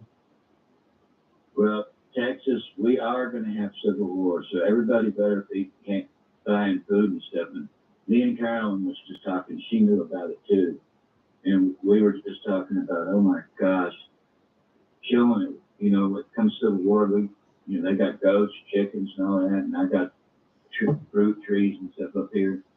Can you imagine having to kill people you know to keep them from stealing your stuff? Well, we know it's going to get pretty ugly regardless. And I also heard that Georgia reached out to Texas because they have their own military, basically, not the National Guard, but their own yeah. And they reached out to Texas and said that they would help them in the event of, any problems going on. So this is just things I was hearing last night about the situation that's going on over there. Yeah, I found out 2 days ago, a real good brother, I'll just say his first name is Joseph, had sent me, he stays on top of things. He's a very good informant. And he stays on top of things. So far, what he tells me has been happening. So I've got a good source, and you got to remember, this is a biblical thing that's happening, this civil war. It's not something that you can stop. It's going to happen. doesn't matter what you do. And, people talk about the extraterrestrials and stuff. Remember this, too, that the Bible never used the word extraterrestrials. It used the word extracelestials. There's not one place I can find in the Bible that says the word extraterrestrial. It says that people mess around with extraterrestrial things that they don't understand. And the only thing that people take like the extraterrestrials is the UFOs, which we know are ultraviolet, and they come down from the earth. And in Ephesians 6, it says we struggle not against flesh and blood, but against principalities, powers, rulers of the darkness of this world, and spiritual wickedness in high places. And in some places, the New King James Version says, in the heavenly realms. Right. That's exactly right. And that's one of the scriptures that I quote quite frequently, so that people understand that, the battle is not what they think it is. And we also know the scripture says that fearful sights are coming up on the earth that will cause man's hearts to fail for fear. The giants come up from the ground, and Satan comes down from heaven, from the heavens. So you got it coming both ways. And just like those giants in Miami. Now, I really have got some people that are very smart on that stuff, helping me. One guy's got like 7 computers going at one time, and he knows how to check Photoshop now. And he showed me the film that he had, and they were real. They were 10 feet tall, and they were blackish and kind of transparent a little bit, and you can see them disappear. And he said, I've checked everything. He said, that is not Photoshopped. He said, that really happened. Well, there was 100 police cars out there that day, and they shut them all down and all the power out down that street. But not one cop would say anything. And they shut the airport down as well. And one guy, his dad was a cop there, and he's begged his dad, and his dad said, I can't tell you what happened there. I'm not allowed to. So that just puts it away. Brother Greg, 3 months before that event happened, I had spoke with a friend that has had the firsthand experience, and also he's retired now, but he had worked like you, been to Dulce. He's seen reptilians, at least one reptilian firsthand in his life. And he said to me, that one thing you want to be aware of, he said, he said, it's already happening. He said they call it the dimensions are mingling together. Wow. It's called quantum entanglement. Okay. And he said that you will see creatures, he said, and alien entities from other dimensions. He said, because we will merge into theirs into ours. Wow. And he said, they'll see you, you'll see them. And he said, it's going to be some of the most hideous sights you could ever imagine. Well, just recently, I asked him about the Miami incident. I said, was that one of those? He said, yes. And he said, but he said, right now, he said, the main place it's happening is in Russia. And he said, but they are really trying to keep it under wraps so that the people don't have fear. He said, but they're getting it worse than anybody. Wow. So can you tell us a little bit about that? Well, you remember the hikers that went into the woods disappeared, I think it was in the 50s or 60s. Right. You know about that incident? I do. And There's 4 of them, I believe. Yeah. When they went, no, there were 6, I think. Okay. You might be right. But when they went there to try to retrieve them, to find out what happened to them, they found them all dead, scattered around, with their tongues cut out, and the tents were ripped open with a knife from the inside. And so one of the girls that was on that expedition, and they don't show it no more. I just happen to be lucky enough to read it. But one of the girls had written a letter to her mother from there saying the Yeti really does exist. So they were killed by giants because they said there would be footprints that would start somewhere and stop, and there wouldn't be no more. Like they were dropped down and lifted back up. And so I've done a lot of study on that case, and I think that Russia has a lot of deep underground military bases in Siberia. That's where this happened at, was in Siberia. And, you know, it's hard, they get covered with snow and nobody knows about it, you know.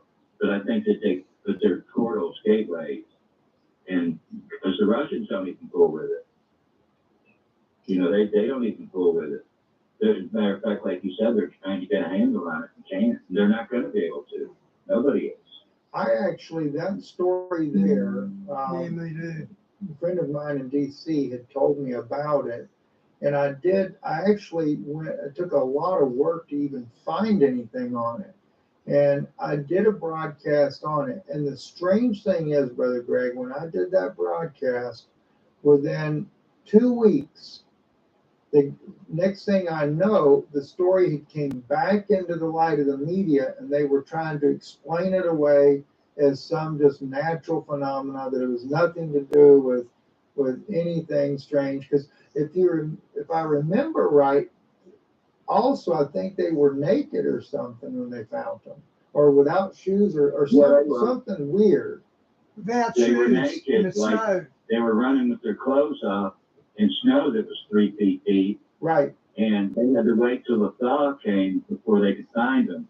And they found them ripped apart. They had been ripped apart. Right. And I remember the issue about the tongues being cut out. And what brought this up was that, and when I was being told about this, is that they weren't saying anything about it, but we had just had a case like that. They didn't let it go public out west, and I forget which. It was in one of the national parks, and they would not disclose to me which one it was, but they had found people that had the exact same thing. The tongues were cut out of the victims, and everything was that reminiscent of what happened in Russia. Well, do you know Timothy Alberino? Yes, I do. Okay. You got to get him on, really. Because me and him are like two minds, you know, into one. But he went into the desert Southwest here in the United States and talked to an Indian chief there. And I think, don't hold me to, but I think it was New Mexico. It might have been Nevada. I don't know what. But they found bones of people, you know, not just skeletons, but they found bones scattered everywhere. And they matched some of the DNA up to bones that were 100 yards away from it. And some of them had teeth marks all in them. That was from the giants back then. He said that they had all kinds of names for them, but they were huge. He said they were just like 30 feet tall. It was bad. And so he really knows his way around the bones and stuff. And, you know, as well as I do, he went to Peru and lived there in the jungle, him and his wife, for years. And trying to find out something. But he's got some amazing stories. Yeah, we've tried before to hook up, and I'll have to get back with him again because I guess there's about 4 months ago, we were trying to set together to work out a time to do a broadcast together. And I think you're right. I think it would really be a good interview to bring him on. And I go on with him. I would gladly do it that way. So I'll reach out to him and see if we can't do a 3-way, and we'll really, you know, because, you know, Brother Greg, what happens, even like when you're on, you bring things up, it makes my mind remember about issues as well. And so it just makes, to me, for a very in-depth interview. to talk about these things. And, you know, if you can, I want to, when we get near to the end of the broadcast, I want to discuss with you then about what you know that's going to be coming, what people are going to be facing. But before we get there, can you share with people some of the incredible things that you have seen that most people would never even understand in the first place? Yeah. Let me just start with the simplicity of it. All these paranormal shows that you see, you know, where the doors are opening and closing and blah, blah, blah, and dolls moving and everything. Those are demons that come from those UFOs. And here's what people don't know, that 81% of all hauntings, the neighbors had called and said there was a UFO in the area, especially over the house that was haunted.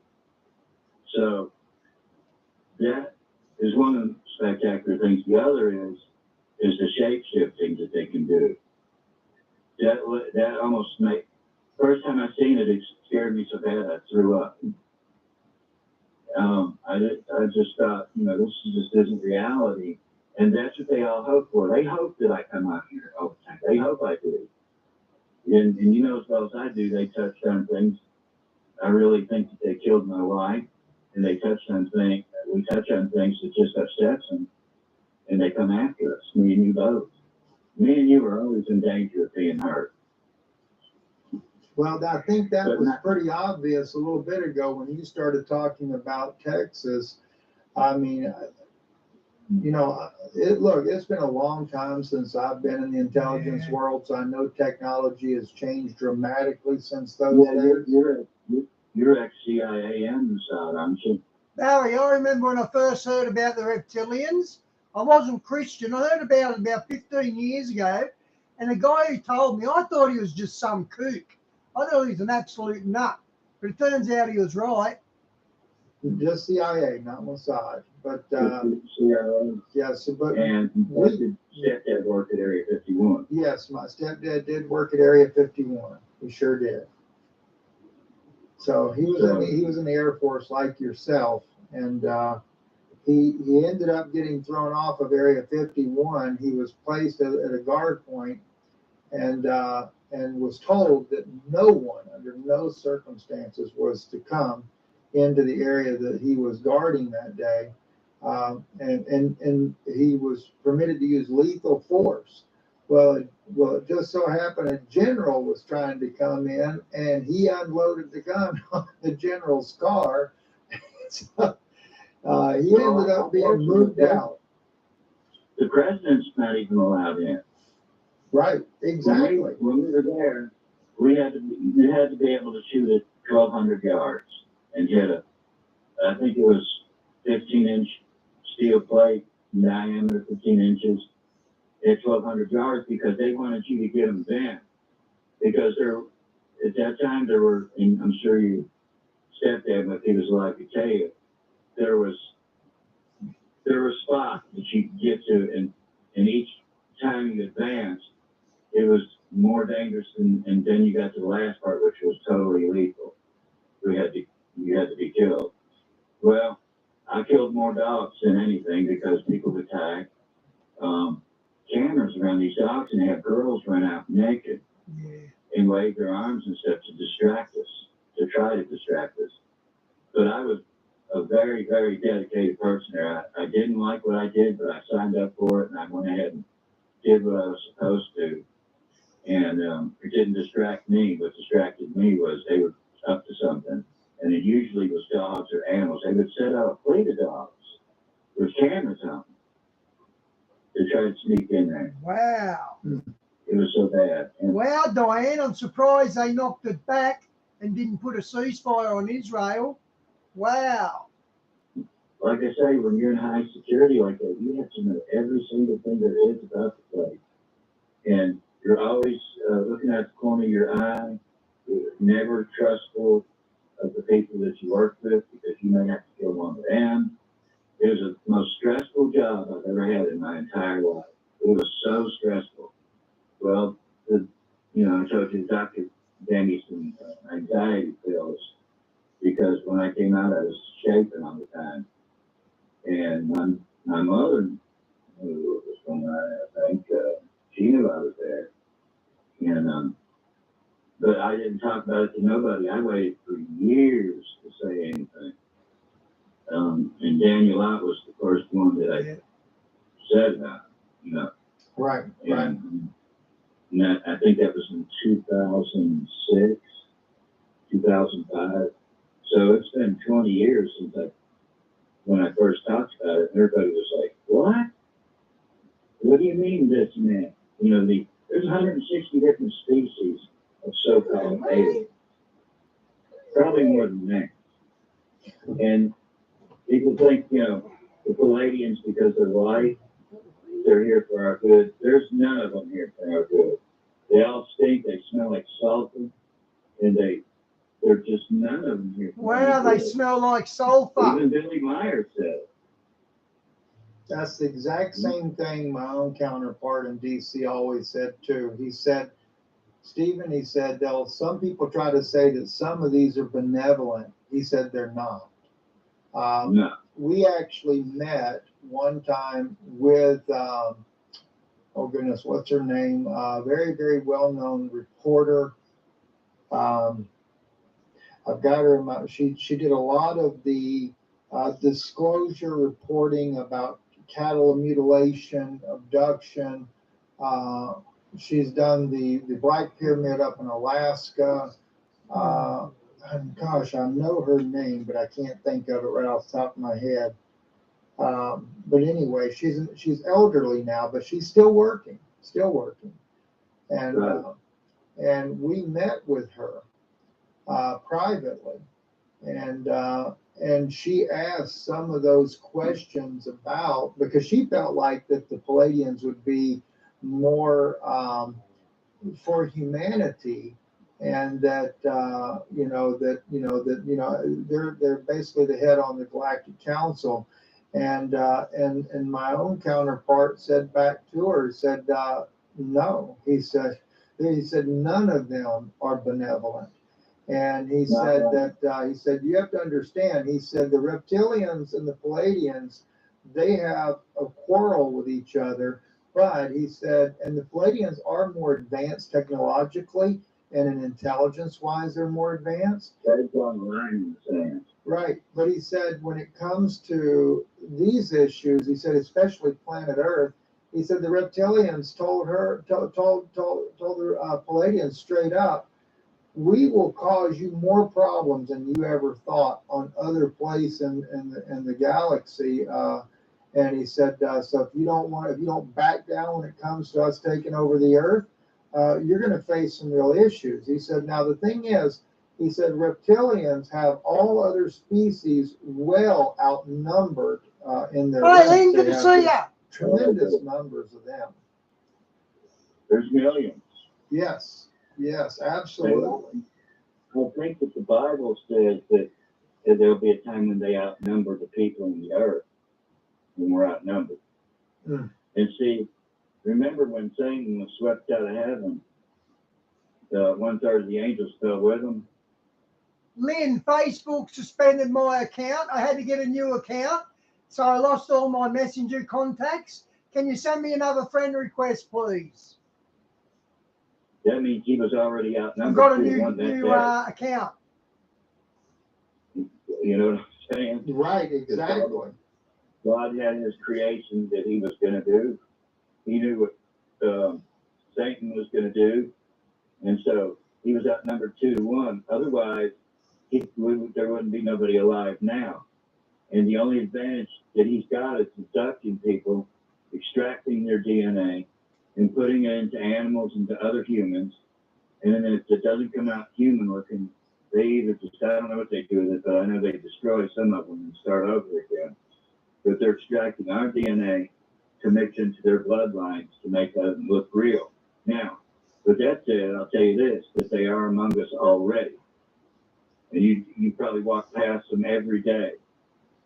Well, Don't even know it. right? And by the way, I looked it up real quick on my phone while we were talking here. It was actually Linda Moulton Howe that we met with privately, and we spent 2 days with her in about 18 hours of just discussing different thoughts there. And she really picked his brain because she wanted to know a lot of the things that he knew.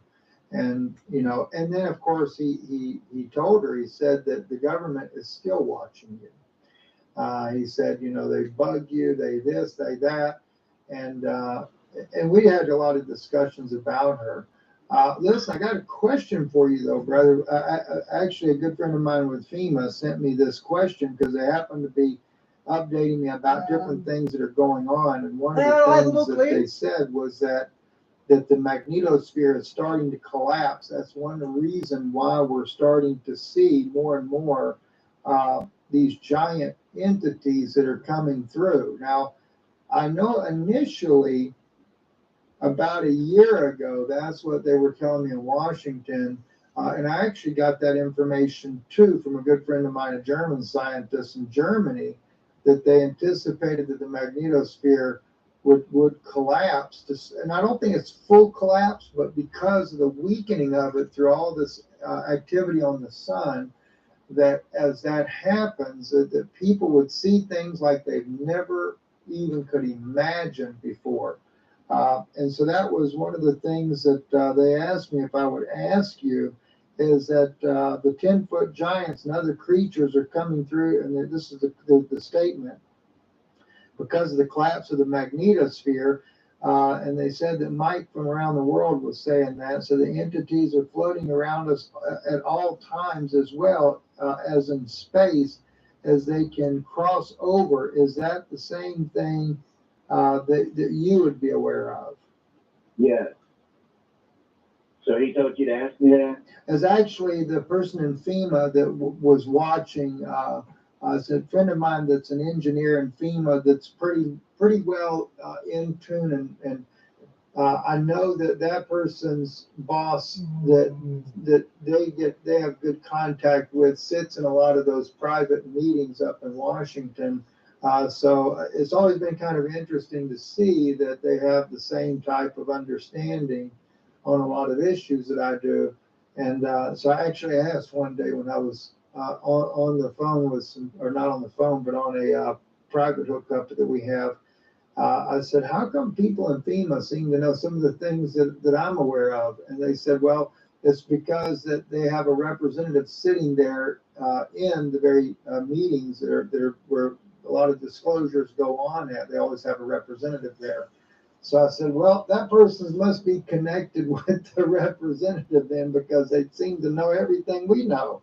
So, but yeah, they were just curious if you were aware of anything about the magnetosphere and entities coming through as a result of that. Yes, John, he's exactly right. That's exactly what's happening. And remember, FEMA runs all the concentration camps. Oh, yes. We have discussed that too. The guillotines just waiting.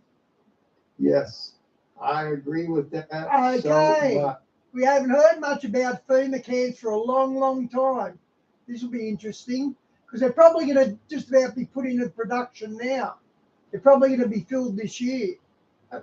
Brother Greg, can you tell us a little bit about what you have seen in this life since with the things that you did? Because I know that you've been down in Dulce.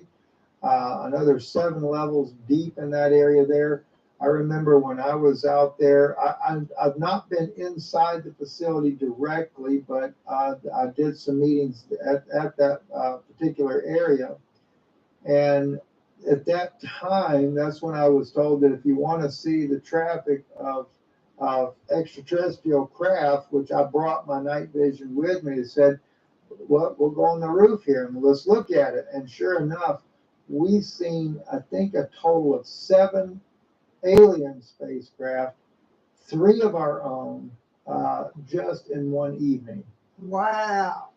Oh, yeah. Dulce's close. Dulce is as close to hell as you'll ever get. they have firefights down there constantly with the grave. Now, when I was there, that was the first time I seen a giant, and it was not pretty, and it was actually scary. It was like, I don't know any word to use except suspended animation that it was in these giants, and there's more than one. But the Greys had gotten control of Dulcie one time. You remember Phil Schneider? Yes. He got his fingers shot off down there. And one of the soldiers from the top had to hurry up and get down there and get him before they killed him. He was in a full-blown firefight with it. And that's because they took it over more than they should. Now, I wouldn't be surprised if those that aren't in agreement with them are out of there. They wouldn't surprise me. And I did talk to a pilot who said he flew over there one time. Now, this is just his words, okay? He said, I was going over, and there was a field, and it unzipped like a zipper on pants, and zipped back up. So, I mean, He was pretty, I know he's telling the truth because he was just right. He said, I'll never fly over that place again. Wow. But it's a very dangerous place. There's giants there. There's mutations, which they're called chimeras, where they take human DNA and mix it with animal DNA and try to create monsters. Wow. And the reason for this is because they think that they can control those monsters to put into our army, along with AI. See, AI, I've been watching this AI thing, and you can't tell the difference from them and a human. You can't. You know, I can, but I can see where the other person would never know it. So the AI thing scares me a lot. That's what people are going to see. But what really can scare people, especially the children, I feel so sorry for the kids who've never seen monsters before, and their greatest nightmare is going to come to life, and they're going to see it. And the bottom line is that people don't read the Bible anymore, and so they're not prepared. Nobody's prepared for this. Not even the ones that are, reading their Bibles and praying and stuff. Some of them aren't prepared. And most of these mega churches, it's all about the money. Nobody's getting told the truth. Nobody's getting told the truth. That's why when I come on here, I get judged. You get judged. We get judged for everything. People beg on their hands and knees, please, somebody come out of there and tell us what's going on. And when you do, oh, you're crazy. Well, that's why nobody wants to talk about it anymore. They want to be labeled as nuts. And I am nuts, I guess. Well, that's exactly what my wife told me when she was, I think, 14 years old. She was riding in the car with her brother, and this was close to the Russian border. And there was we'll say a tic-tac type shape UFO that was hovering in a field, she said about 100 yards from the road. And her little nephew was the first one that saw it, and he started screaming, Daddy, Daddy, Daddy, Daddy, And she said, and her brother, when he saw it, she said he stopped the car. And she said, my brother got out and literally started walking out there in the field to it. And she said, I'm screaming at him thinking he's nuts, and to get back in the car. And she said, but then the thing just suddenly just went straight up, right out of just like nowhere. And she said then it was probably a week later, he got abducted, and they did bring him back. And she said he was trying to tell the family what happened. And she said, my brother was she said, he's a fighter anyway. And she said, he's a big man, and she said he was black and blue all over. And he said when he was trying to tell the family thought he had lost his mind. And he looked at Yana and he said, tell them, you saw it yourself. We seen a UFO like just a week ago. And she said she was so fearful that the family would label her nuts like him. She wouldn't come to his aid. She said, I regret that to this day. But she said, yeah, she said she said, because people just didn't believe in those things. And he ended up getting abducted several times. And he described them. He said they were very tall. And he said they wore black all over with a kind of a hat where you couldn't see their face very well. But when you did see their face, she said it was like super, super white. And, and she said, but he was terrified of them. And that's because they're dead already. And here's another thing about abduction. When you see a UFO and you approach it like he did, and all of a sudden it takes off, do you believe that you could have been abducted then and don't even know it? Because, see, time is time. God made time. There is no time. God made time. And so they're in the interdimensional, so they know how to work their way through time, get you, bring you back so quick in the blink of an eye, but actually you've been gone for hours. And so, and I used to listen to a lot of people that were, affiliated with Project Blue Book and other things, and also eyewitness interviews, okay, of abducted people. And not one person that I ever heard, and I heard probably close to 100 abductees interviews, that any of them had a good experience. None of them. It was just frightening, and it was terrible. And they did it through regression, right. Back regression, which I would never let them do it on me, because I think it's the kind of satanic, because it opens up your mind to other things too. It opens up your mind what happened. And once they've opened up your mind what happens, that stays with you, and you're scared the rest of your life. Mm. And I don't think they should do it. Wow. But when you see a UFO and it disappears, don't do it. But if you went to regression, you probably were abducted in that split second. Well, look at Barney Hill. Yes. Eddie and Barney yes. Hill. They didn't even know that they had been abducted. He just stepped out of his car, and then next thing you know, he was stepping back in. Wow. Him and his wife, had a terrible experience. Terrible. And back in those days, it was in, what was it, in the 50s or 60s, I can't remember. But, people, a black and a white person, it wasn't socially acceptable then. I always accepted it. I never bothered me at all. But a lot of people it didn't. So they stayed quiet about it for a long time. And I felt so sorry for them, because I've heard their interviews. Have you heard them? Yes, I have. And you're right. What happened to them was definitely a terrifying experience. Brother Greg, what was it like, and what were some of those entities that I know you've talked about before? You've seen reptilians firsthand and other types. Can you describe what that was like, what they look like, etc.? Well, here's the funny part. Here's the hard part to explain. You see the mantis, and the reptilians, the greys, and this and that. You really don't know which one they are, because they can shapeshift into any form that they want. So you really, it's reptilian control, but they prey. They're part of the devil, man. They prey on your fear.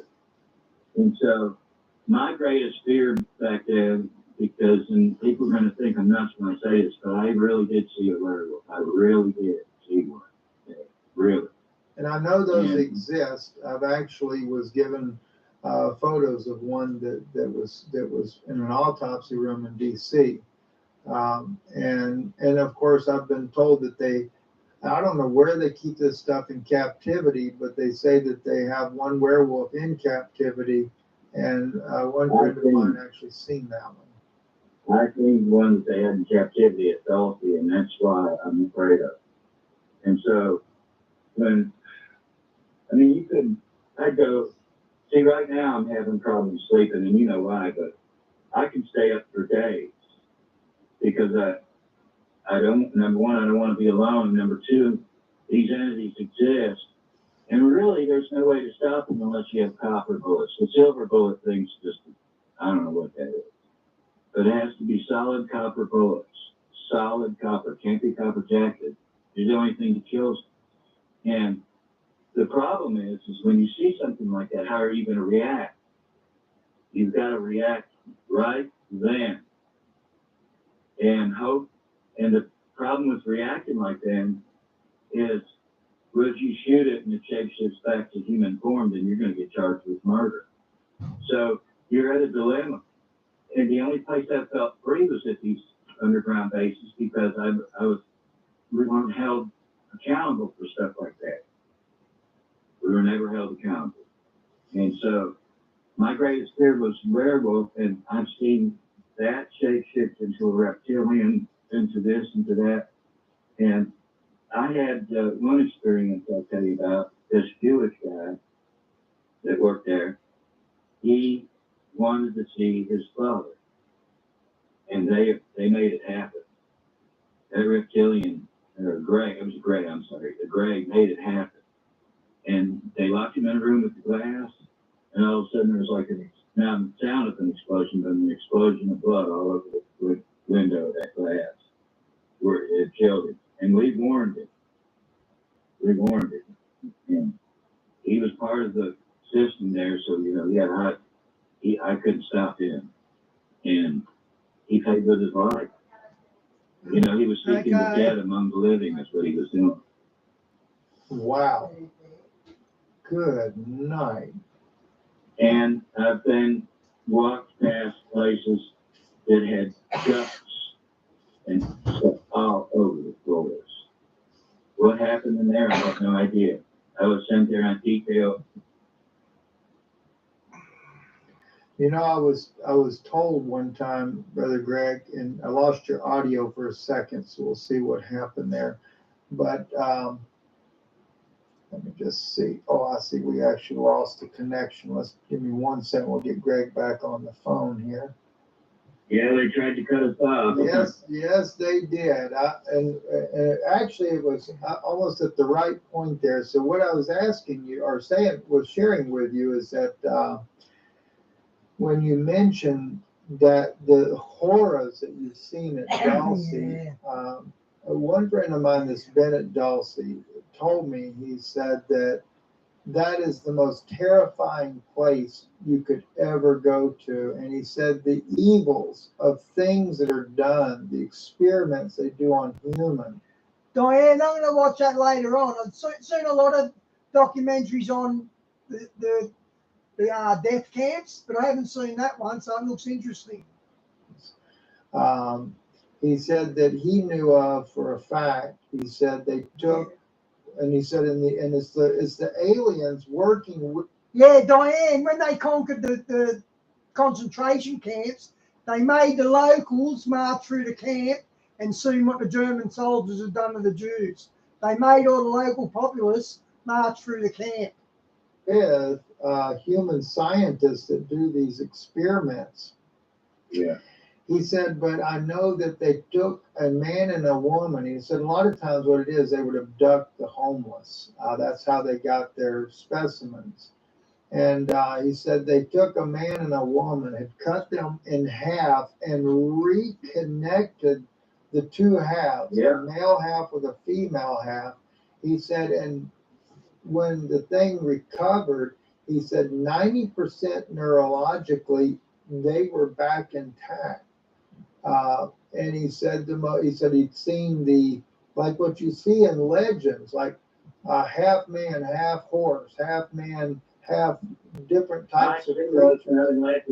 I've seen those half man, half horse. I've seen them. Half man, half goat. I've seen them. And wow. Yeah, so go on. I know what you're talking about. I've seen them. So, and that's what I wanted to ask you, if you'd actually seen any of these things. And he said the hideous screams and things, you know, that go on. You know, it kind of made me wonder, do they do some of these surgeries, kind of like what they talk about in Gaza and that war there, where these surgeons don't have anesthesia. You know, it's not like Dulcie wouldn't have access to it, but why is it that, you know, when he would tell me about this, it is horrible. Because they like pain and fear. That's what they feed off of. Okay. So it probably is, just like in Gaza. No anesthesia, no nothing. They just do it. Yeah. They look. They live on fear like we live on food. They've got to have it. All right. So that brings me to another question for you then, Brother Greg.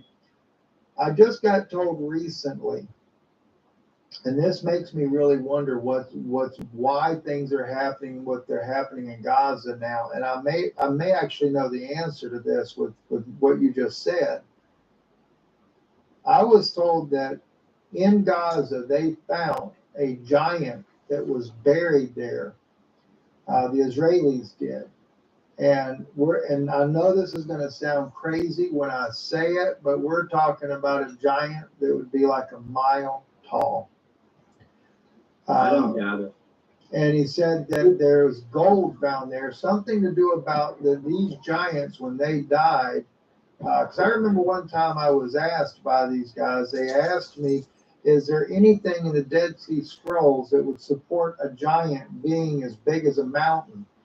And when they told me that, I said, well, you know, it's kind of interesting. I used to just think, I said, you know, I said as a joke, but I said, was there a typographical error? I said, because I'm reading one of these Hebrew scrolls, and sure enough, it said when the giants fell on the earth, they looked like mountains. They were so huge. Yeah. Well, let me just tell you this. You know where Devil's Tower is in Wyoming? I've heard of it, yes. I know what you're talking about. It's probably, I don't know how many feet high, maybe 600 feet high or whatever. That's a tree stump. Yep. Yeah. Oh, yes. I know exactly what you're talking about now. And I think they did the DNA testing on it. It's a human body. What? Yeah. So if that'll tell you anything about how tall they were back. Huh? He just said that the Devil's Mountain is human DNA. He didn't say that, did he? Let me just tell you this. You know where Devil's Tower is in Wyoming? I've heard of it, yes. I know what you're talking about. It's probably, I don't know how many feet high, maybe 600 feet high or whatever. That's a tree stump. Yeah. Oh, yes.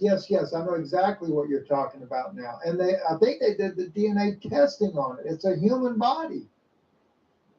Yeah. So if that'll tell you anything about how tall they were back then, and they actually wiped their. Okay, and not just that. That Devil's Mountain, that tree stump, it looks like it was cut with an electric saw. It wasn't chopped down. So however they cut down this tree, they must have had a giant circular saw to cut it down with, because it's a clean flush top. It's not chopped. It's like, yeah. From south. I mean, they're not completely wiped out because they're here now. But the Bible says that they would be here before then and after then. And listen to this. I'm watching right now on TV a picture of the Pope, and it says AI generated, and Taylor Swift. AI generated pictures. You can't tell the difference. Wow. I'm looking at it right now. Well, all right, so here's why I was asking about that in Gaza.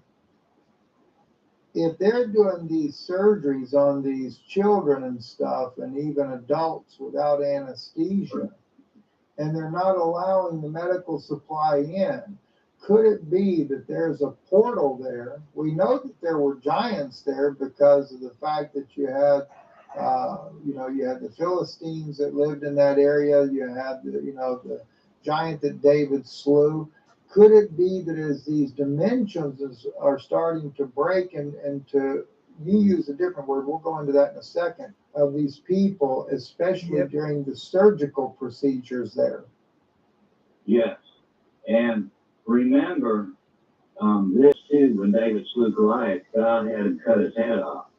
And the reason that he had him do that wasn't just to scare the Philistines, but it was to because they can regenerate because they were still angelic. Oh my goodness. Now that explains to me the vision I had when I was young. I had this vision, Brother Gary, and I've told people about this before. It was a giant serpent that come after me. And when it did, I'm talking about a serpent that was so big you could ride it like a horse.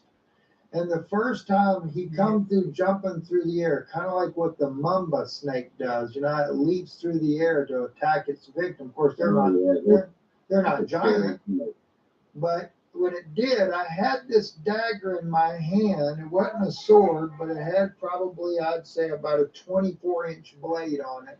And I struck it in the side of the face, and then it went away.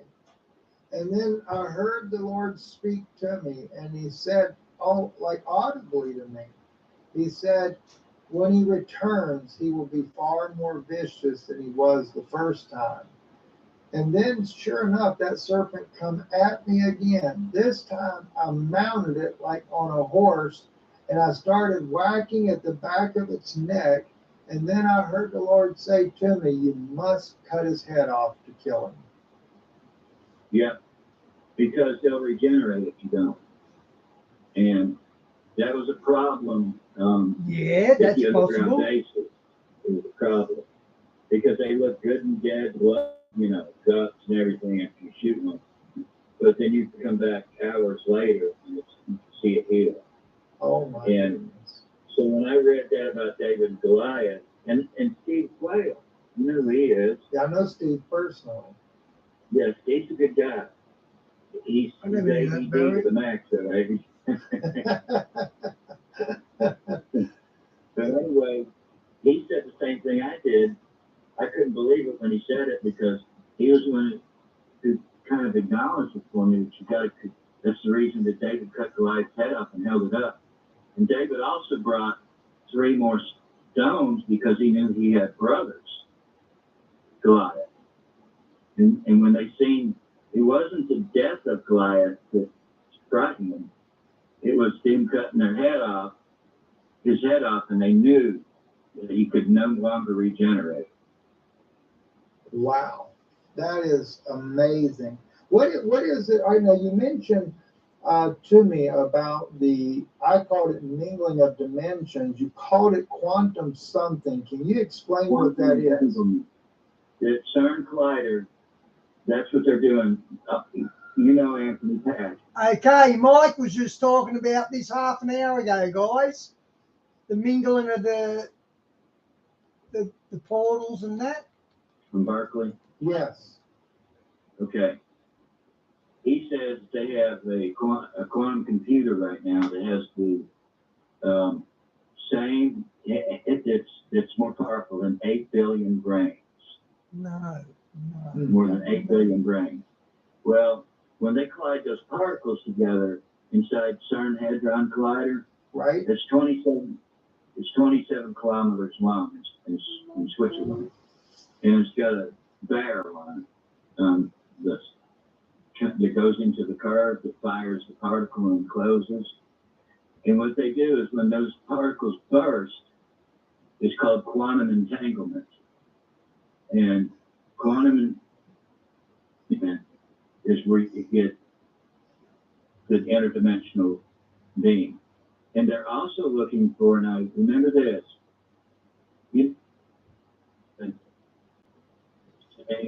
The audio is playing up.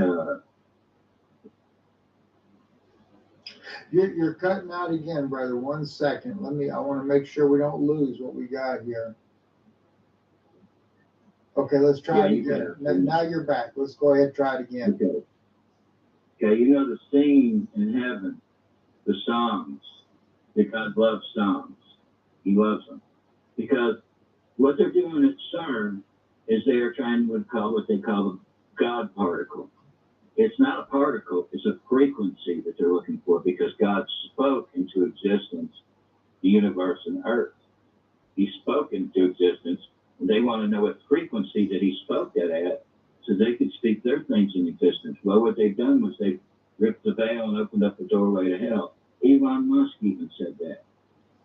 So he said that he's afraid that what they're doing down there is something demonic. Those were his very words. And so there it is then, Diane. Chopping down trees is biblical. quantum entanglement's really complicated. I could explain it not as good as Anthony Patch, but I can explain some of it. Let me try. Okay.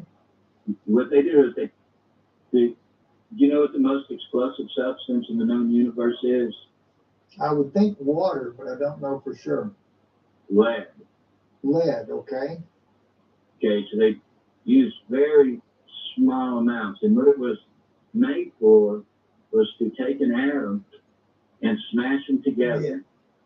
And Yeah, not determine the three yield brothers, of that 4 one brothers. atom You're right, so that they Bobs. could determine the yield of an atomic bomb without exploding it. And so that's what they originally did it for. Well, then they found that other things were coming through. And so they just kept on, and they're making it more and more powerful. Now China's going to build a bigger one than that, because that's what opens the portals. It gets That's right. it gets tens of millions of degrees. In fact, when they do it, sometimes they have to shut down the whole thing for 6 months for it to cool down. I heard at one point they brought an entity through that ended up killing 2 of the scientists there at CERN. Oh yeah, they commit suicide and everything else when they do that. They have no idea, like God said, you don't poke a stick in the hole lest you fall in. And they have fallen in. And they've gotten lies and messages from these interdimensional beings. And extraterrestrial, I just hate that word, an alien, because that's not what they are. They're alien to us. But even the Bible says that in the end days that we will worship an alien God. You've read that. Right, I know what you're talking about, yes. Yeah, that we will worship an alien God. That's the only time, other than when he's talking about people, that he uses the word alien. And so, they're trying to when the Iraq War broke out, a lot of people think it was because they thought Saddam Hussein had weapons of mass destruction. They knew he never had weapons of mass destruction. They were going over there, and a lady, and Steve Quayle backed me on this, a lady opened up the museum to them, and a bunch of soldiers, a helicopter came, a bunch of soldiers went down, and they went through everything. There was Nimrod's $1 body. billion worth of gold down there that we never even touched it. And they found a box, and they got that box out, and it had Nimrod's head in it. And so what they're wanting to do is they're wanting to bring Nimrod back. And you remember he became. Am I right? You're right. I know exactly what you're talking about. The Bible didn't say that he was a giant to start with. It said he became. And so Nimrod ran with an iron fist. And they think that he has all the knowledge. Because when they looked at her and got it, that bottom line was they found his bones. It was locked up in the Iraqi museum downstairs. The lady actually said that they just grabbed that box, left everything else behind, got in the helicopter, and she never seen him again. And I believe that they flew it straight to Switzerland, where they could do experiments with the Hadron Collider. And they are trying to bring his brain back to life. Now, how they're going to do that? See, his head was cut off, so he couldn't regenerate. So they're trying to regenerate him. And on the top and the bottom poles of Saturn is the abyss. It's a hexagon shape with a swirl in it, and that's where I think that God has the fallen angels that were so bad that he had to tie them up. And they believe that too. Don't think that they don't know the Bible and believe it, because they do. That's what gives them their power. They think. They think that they know what they're doing. And they think they can shoot. And not too long ago, I seen a movie about a collider that they were using because the world had an apocalypse and this and that, and they were trying to bring back life to it, and they were using a collider to do it with, and shooting beams at different planets trying to bring somebody in. Well, at CERN, they actually believe they can beam down from Saturn the worst of the worst. Wow. Those people are so evil, it's unbelievable. And I've heard that, yes, I heard that Saturn was a planet where reptilians, was like a nest of them living there. Well, reptilians can live in any environment. The others can't. And that's why we're seeing climate change and chemtrails and stuff, because we are terraforming the Earth. I've heard that exact same thing, that the Earth was being terraformed in order for them to be able to live here easier, because we did not have a climate conducive to theirs. In fact, they said this is one of the reasons why you see these entities more in desert regions, because that's what they prefer. Well, and you got to remember, they can't have a base. All their bases have to be underground or underwater. Most of them are underwater. Right. And these tunnels that people say that we dug out, I'm sorry to tell you that 90% of them we didn't. They were already there. When God flooded the earth, they knew that it was coming. And they buried themselves and waited till it was over. And so a lot of those bases that you hear about were already there. And myself, I believe that we are in a third Earth age, not climate or asteroid destroyed. It may have been destroyed like that, but we're in our third age. And so I do believe that the Earth is 1 million years old, a billion, whatever. God has no time. You know, one day it's like 1,000 years, and 1,000 years is like a day. Right. And when you sit here for 1 second, God says, when you come up there, not 1 second of time is went through eternity. Not 1 second. So God has time, and He created time so that we would have time to make up our minds what we're going to do. But when time runs out, that's it. There will be no more time.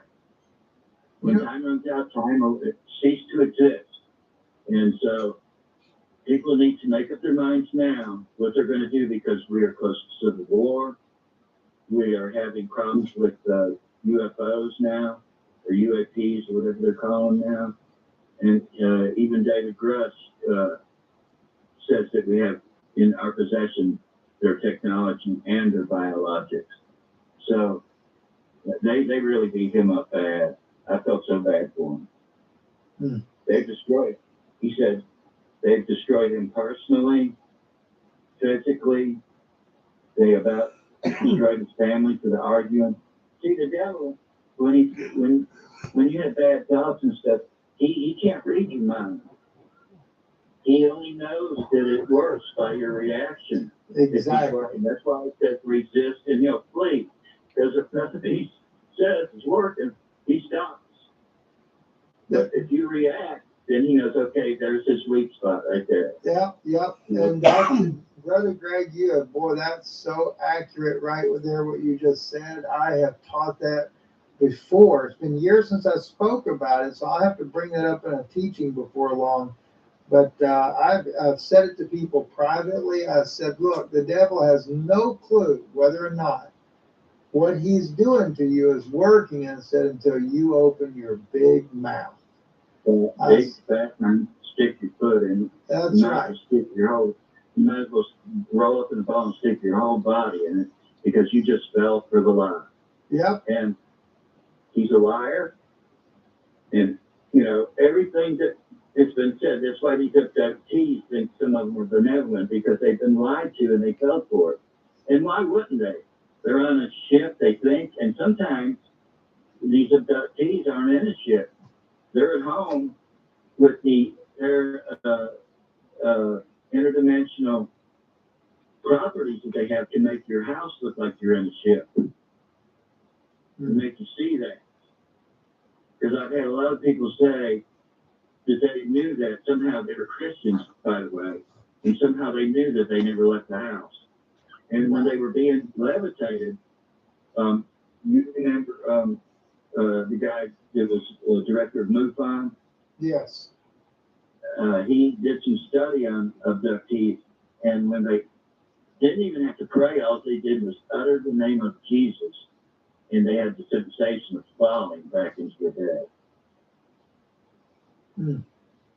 Now, I heard him say that out loud. I heard him say it. Now, I've heard you before, Brother Greg, say that when you were working at these, because I know you've been at Dulce, you've been at other bases, and one thing I remember, I was told a long time ago, it's been years now, that what they said, Area 51, they said that most of what we did there was moved to a base, I want to say it's up in Utah. And Area 52, just southwest of Salt Lake City. It's called Area 52. And they said most people have no clue about that one. That one's been kept pretty secret ever since. Well, Area 51, let's just take that. Why did they come up with the number 51? I have no clue why.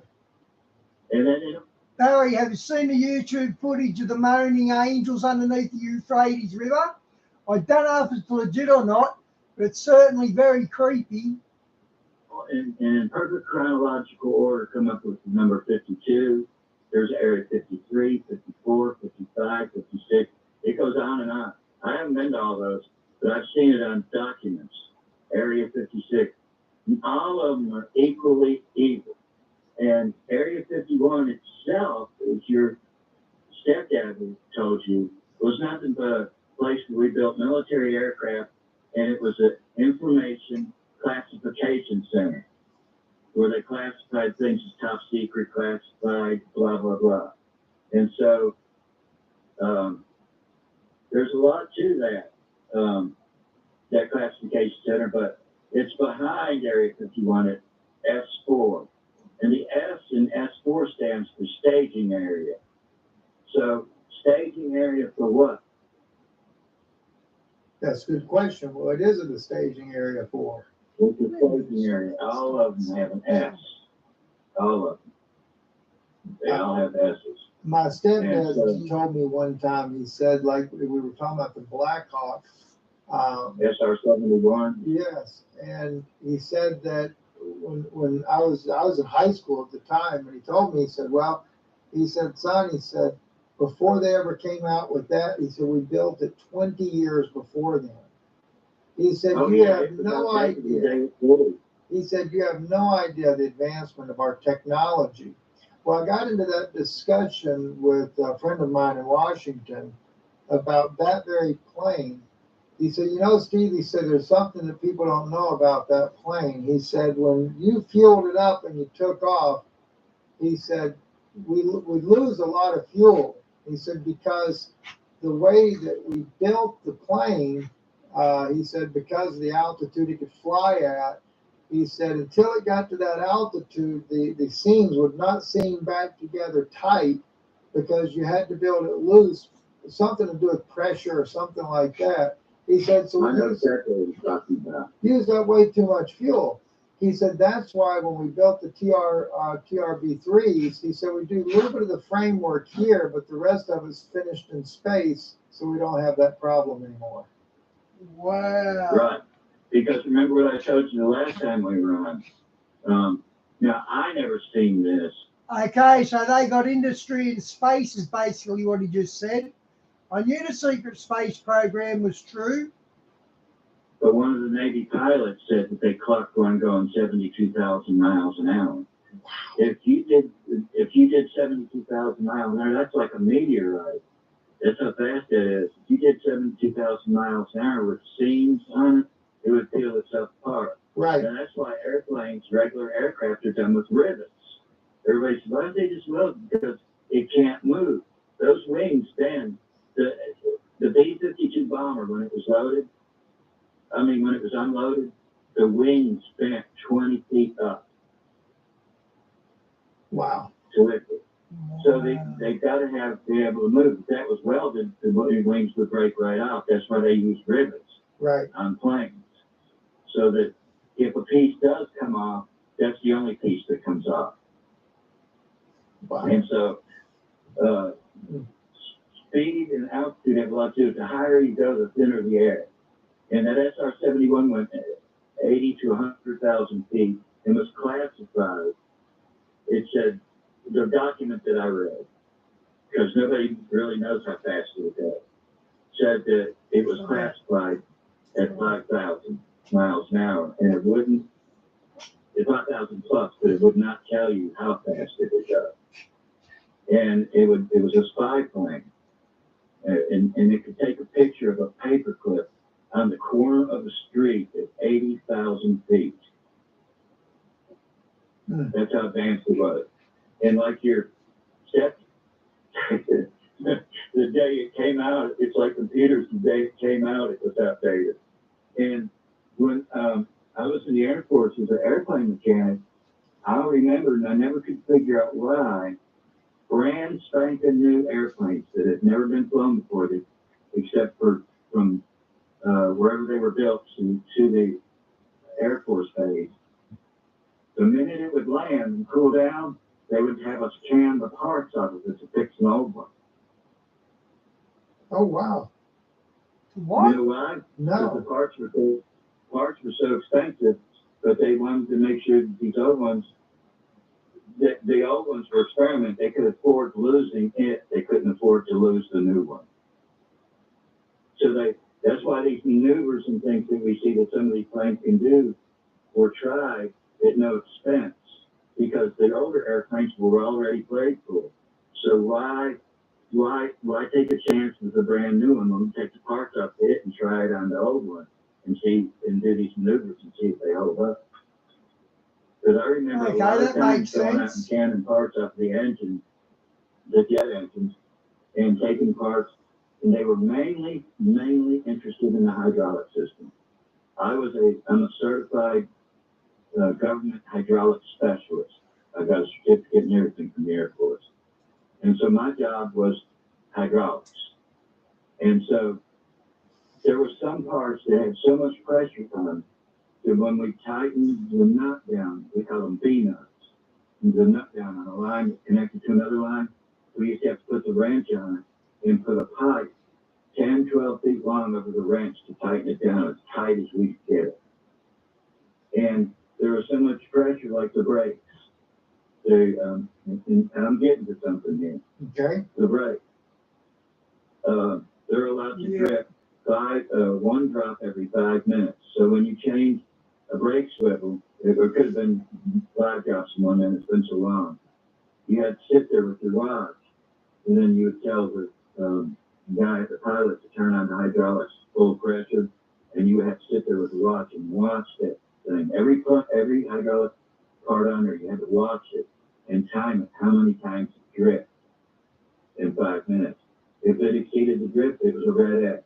And then what you have to do in the airplane industry is you have a red slash, a red dash, and a red X. Red X, you're grounded. Red slash means it can be fixed later. And a red dash meant that it wasn't grounded, but it had to be fixed immediately. And so you have this big, thick log book that you went through. And what I'm getting at is that every single thing is being checked out. And I believe that the reason that we were doing that was we were just in the first stages of reverse engineering. Oh my goodness, that is interesting. Yes, that would make sense, because that is how that they have. You know, I was even told that. Barry, I think they build in the G-forces. These new aircraft, I don't think G-forces affect the pilots. I could be wrong. When they released in the footage, I guess earlier last year, showing these Tic Tac type aircraft that was filmed off. I think it's Tic Tac, but I may be wrong on that. When the USS Nimitz, when they were showing that footage from the USS Nimitz, I was told that was our aircraft, not alien. And I said, "You're kidding me." Do what? They don't want to scare nobody on the ship. I had a friend that was on the USS Nimitz in his time when we were, I would think I was maybe 24 years old back then. And he told me that one time, one flew over and they had certain men that they called to the deck. And this craft came and had some kind of like a laser pointer that was going back and forth over them so fast, they covered every single little hair on your body and then disappeared. He said that he was so scared he was ready to go AWOL. Wow. And so that's why they don't do that, and they try and just claim it because they're afraid the United States will go AWOL. Well, I got news for you. Newsflash here. The United States already went AWOL. Yeah, I believe that. I do. We've went AWOL on our own people. Look, all right, Brother Greg, I got one I want to ask you about here, and this is going a little bit further off in another direction. When we had when we know the space shuttle Challenger, when it blew up, the rocket blew up on it, you know, faulty, whatever it was on the O-ring or something like that. But when that, the UFO looked in the laser at it. I didn't know that, but that's another good point. But I wanted to ask you, what was it, Christy McCullough, I believe was the name of that teacher that died on the other one coming back in. Yeah. I asked about that recently, and I said, was there something more to that we've never been told? And the answer that I got was yes. Good luck. Said that the reason, it said that actually the Russians were behind the that shuttle coming down, and I said, why? How was that? How would that be? Blessing. Well, he said that what it was, he said, you have to remember, he said, Russia has been the ambassadors to space. They have the special agreement with these entities to enter into space, and we piggyback with them. He said, I don't know what it was. He said, but all I know is that they were given the command by these demonic entities to take that shuttle down and not allow it to enter back into Earth's atmosphere. Right. And see, the only ones that know what you're telling me, and I already know that too, as well as you do, are the only ones that they're telling that to are the ones who know what they're talking about. And that they don't want anybody else to know it. And you know what? When I left Area 51 for good, you know what the last words were to me? What's Thanks that? for your service. Thanks for your service, and go ahead and tell a lie.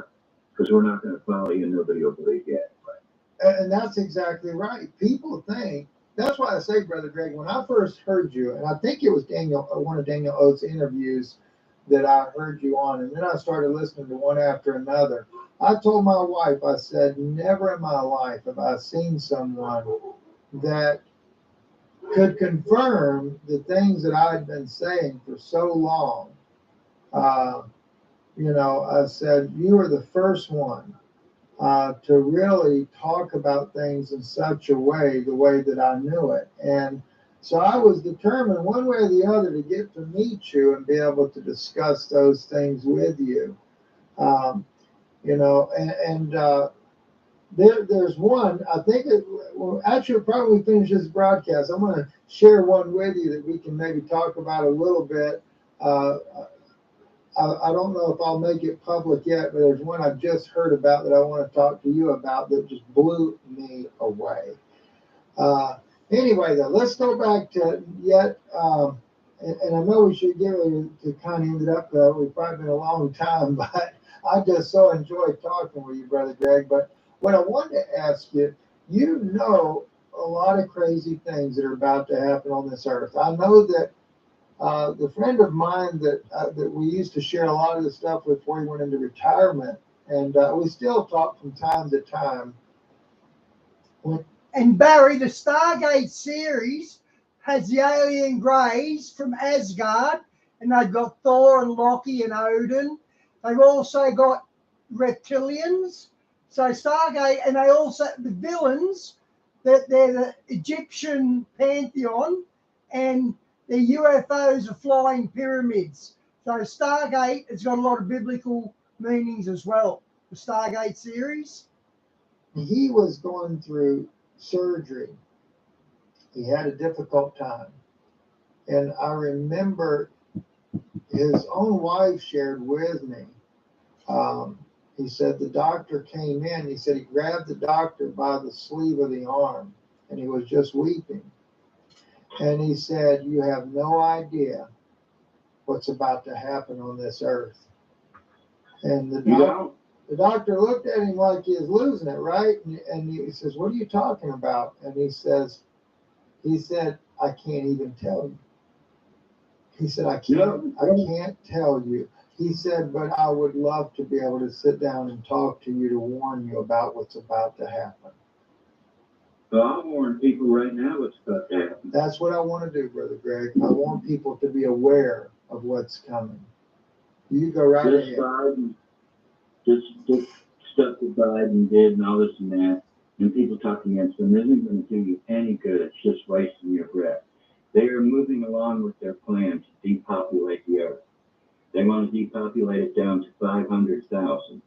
And they are going to use any means or any lie that they can. That's why they want to keep abortion in place, because they don't want to have to deal with more people. They don't want to have to deal with kids. So they decided, well, we'll let people through the border, and then we'll get so crowded, people will think, well, I don't want to have a baby in this world, blah, blah, blah. Well, that's not what God says. God says to be fruitful and multiply.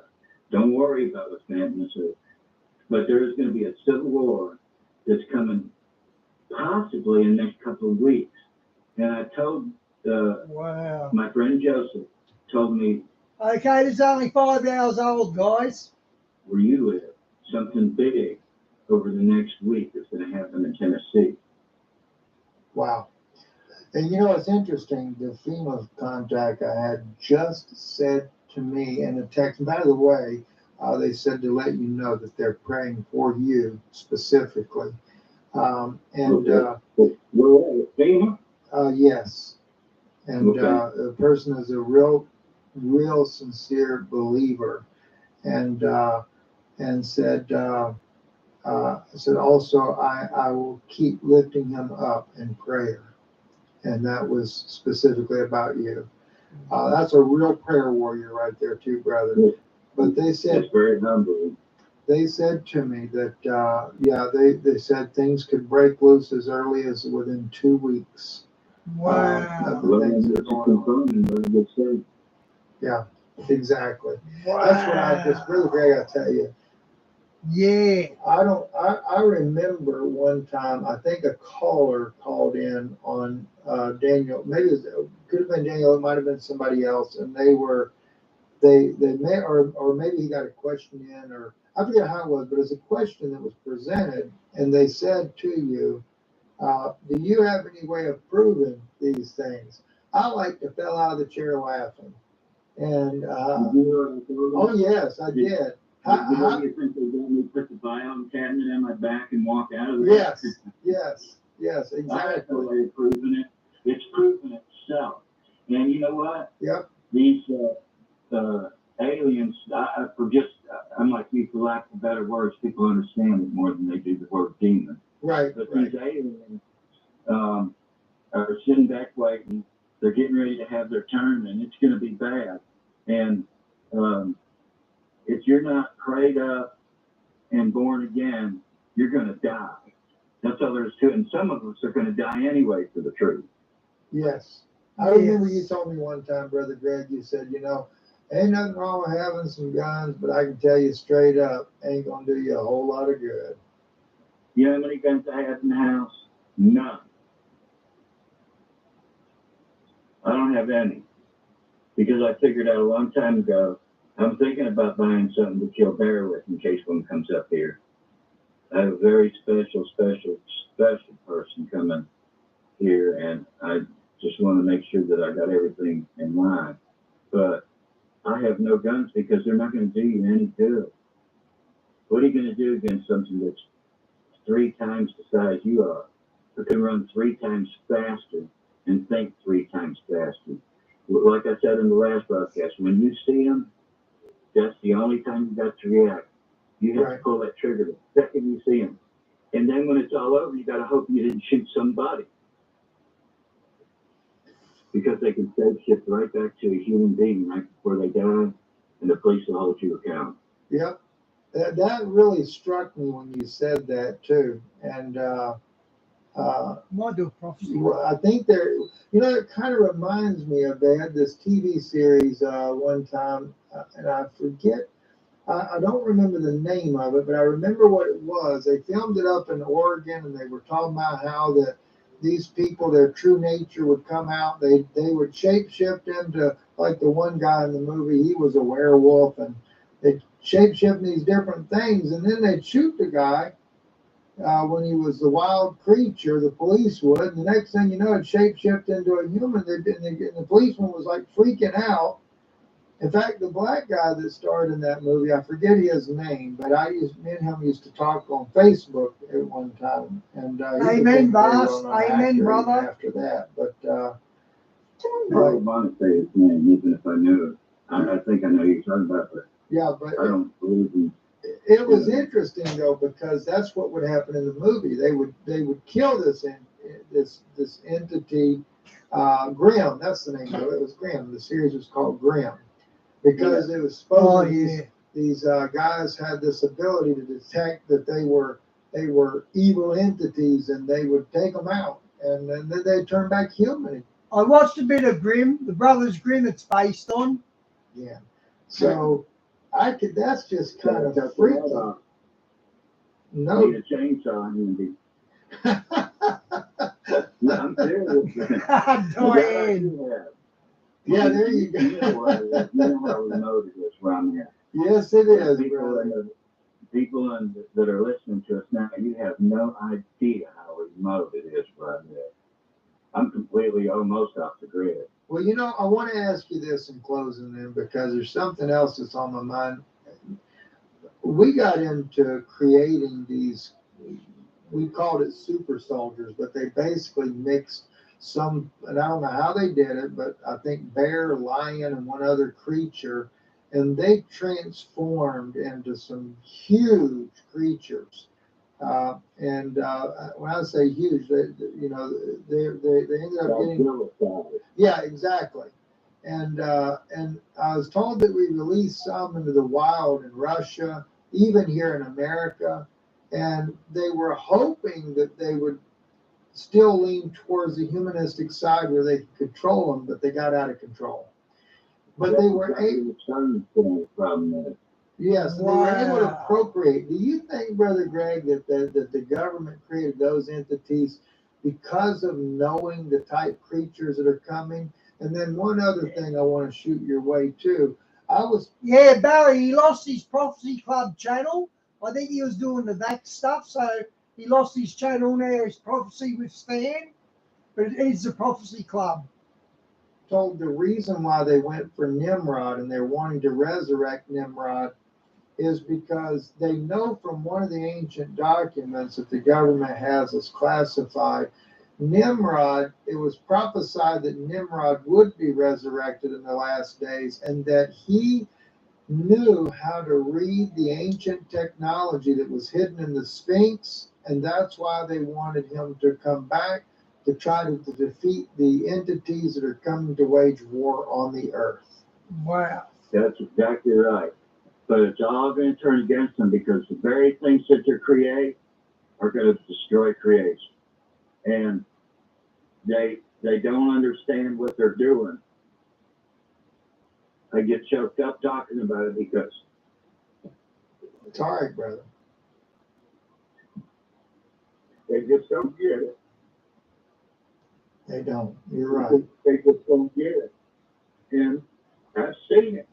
So I know they're doing it. And I've seen what comes out of it. And it's nothing good. It's destructive, murderous, evil, satanic parasites, what it is. And they go through these dimensions, and they've reached 7 dimensions. But you remember Chuck Missler? Yes, I knew Chuck. I miss him, don't you? Yep, Chuck was a very good man, very brilliant man. He is. And he found 11 dimensions. instead of 7.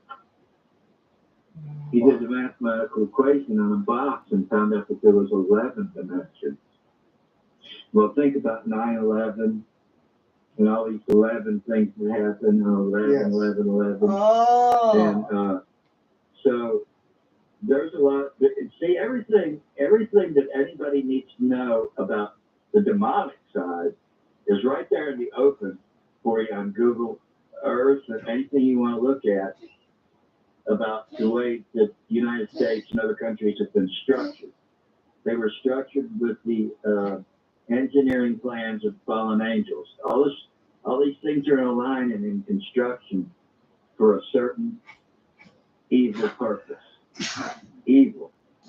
Wow. It's evil. All right, And, brother. Here's what we'll do.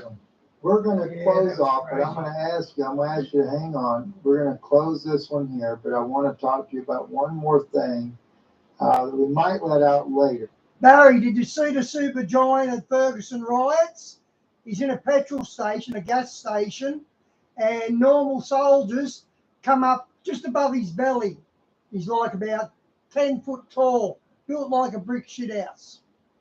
But it only take about 5 minutes for that. But before we do, Brother Greg, I know you've been through a tremendous lot. The listeners don't know, but your wife passed away recently, Sister Peggy. And she was an amazing believer. Out of all the people I've ever prayed for in my life, I never seen someone with a faith like Peggy had.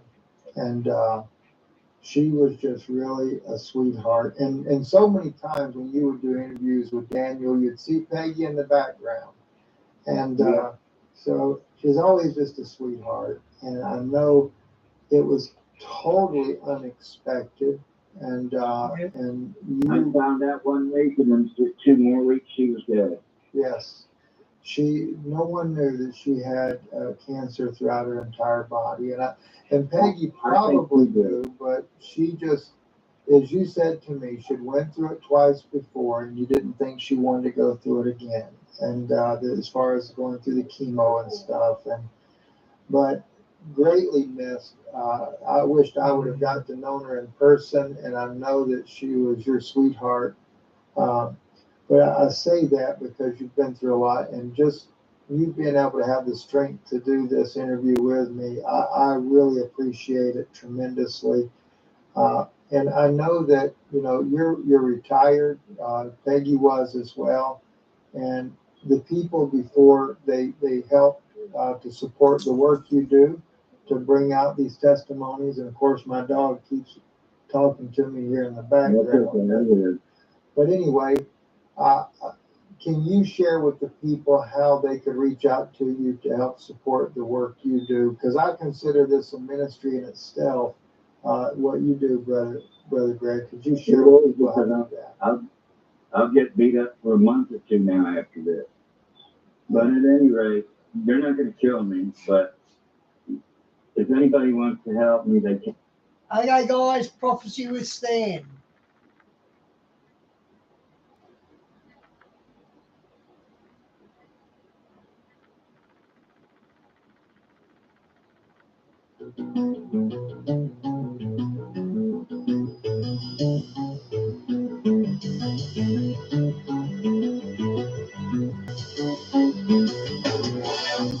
Welcome to the Prophecy Club. Our topic today is prophecies about Texas and the U.S. government.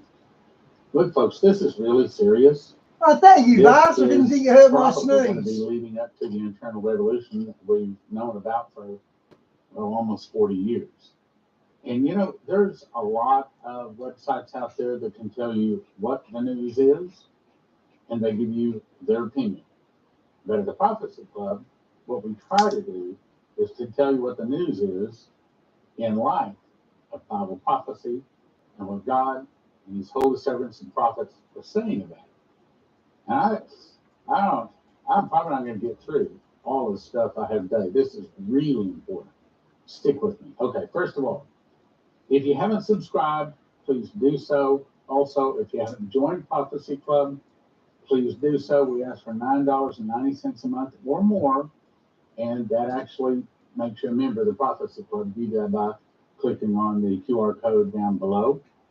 And before we get into it, let me remind you, we encourage you to go to empshield.com and get you one of these devices. This is what the newer model looks like. I have one on my car, wife's car, house, and the plan is that when the suitcase needs to go off and have 34 prophecies.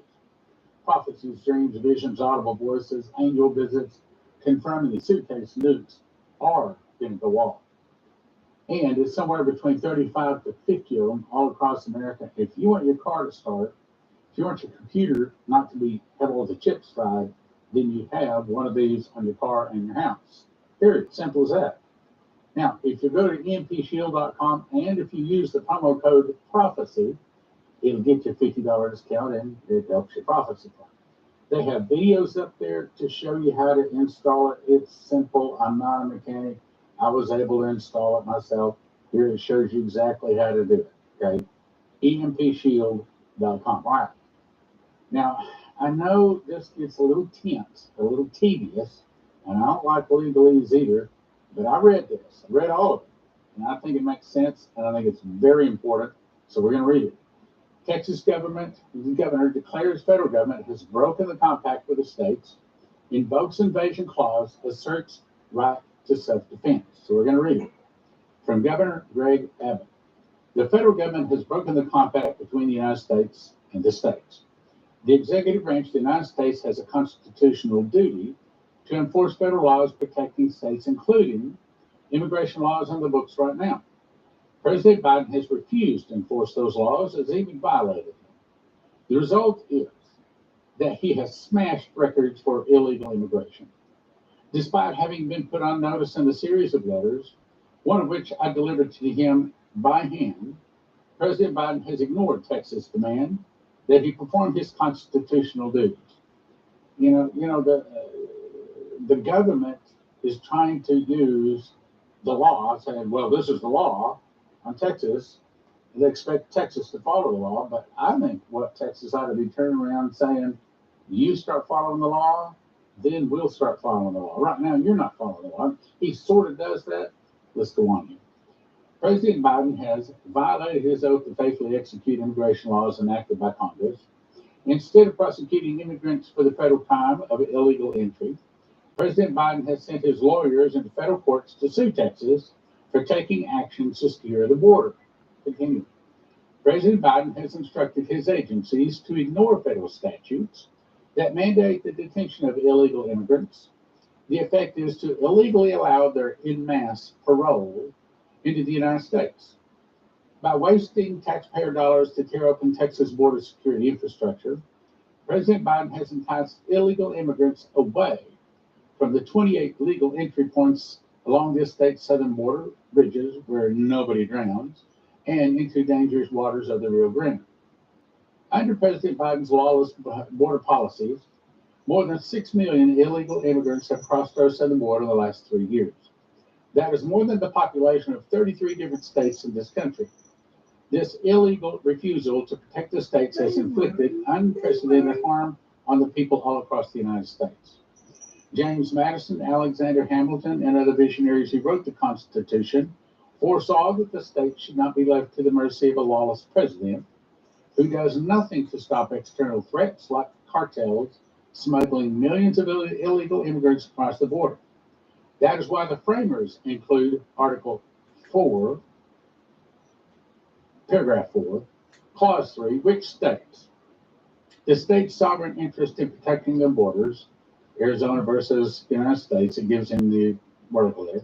The failure of the Biden administration to fulfill the duties by this article has triggered Clause 3, which reserves that to this state the right of self-defense. For these reasons, I've already declared an invasion under Article 110, Clause 3, to invoke Texas constitutional authority, here it is, to defend and protect itself. That authority is the supreme law of the land, specifically Texas, and supersedes any federal statutes to the contrary. The Texas National Guard, the Texas Department of Public Safety, and other Texas personnel are acting on that authority as well as state law to secure the Texas border. I know what you're thinking. You're thinking the same thing I'm thinking. Is this war? Well, yes. Could actually, be. to a degree. Very well could be. Yeah.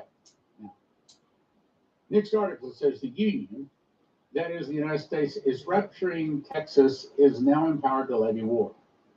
It goes on to say, no state shall, without the consent of Congress, levy any duty of tonnage except troops or ships of war in time of peace. Here it is.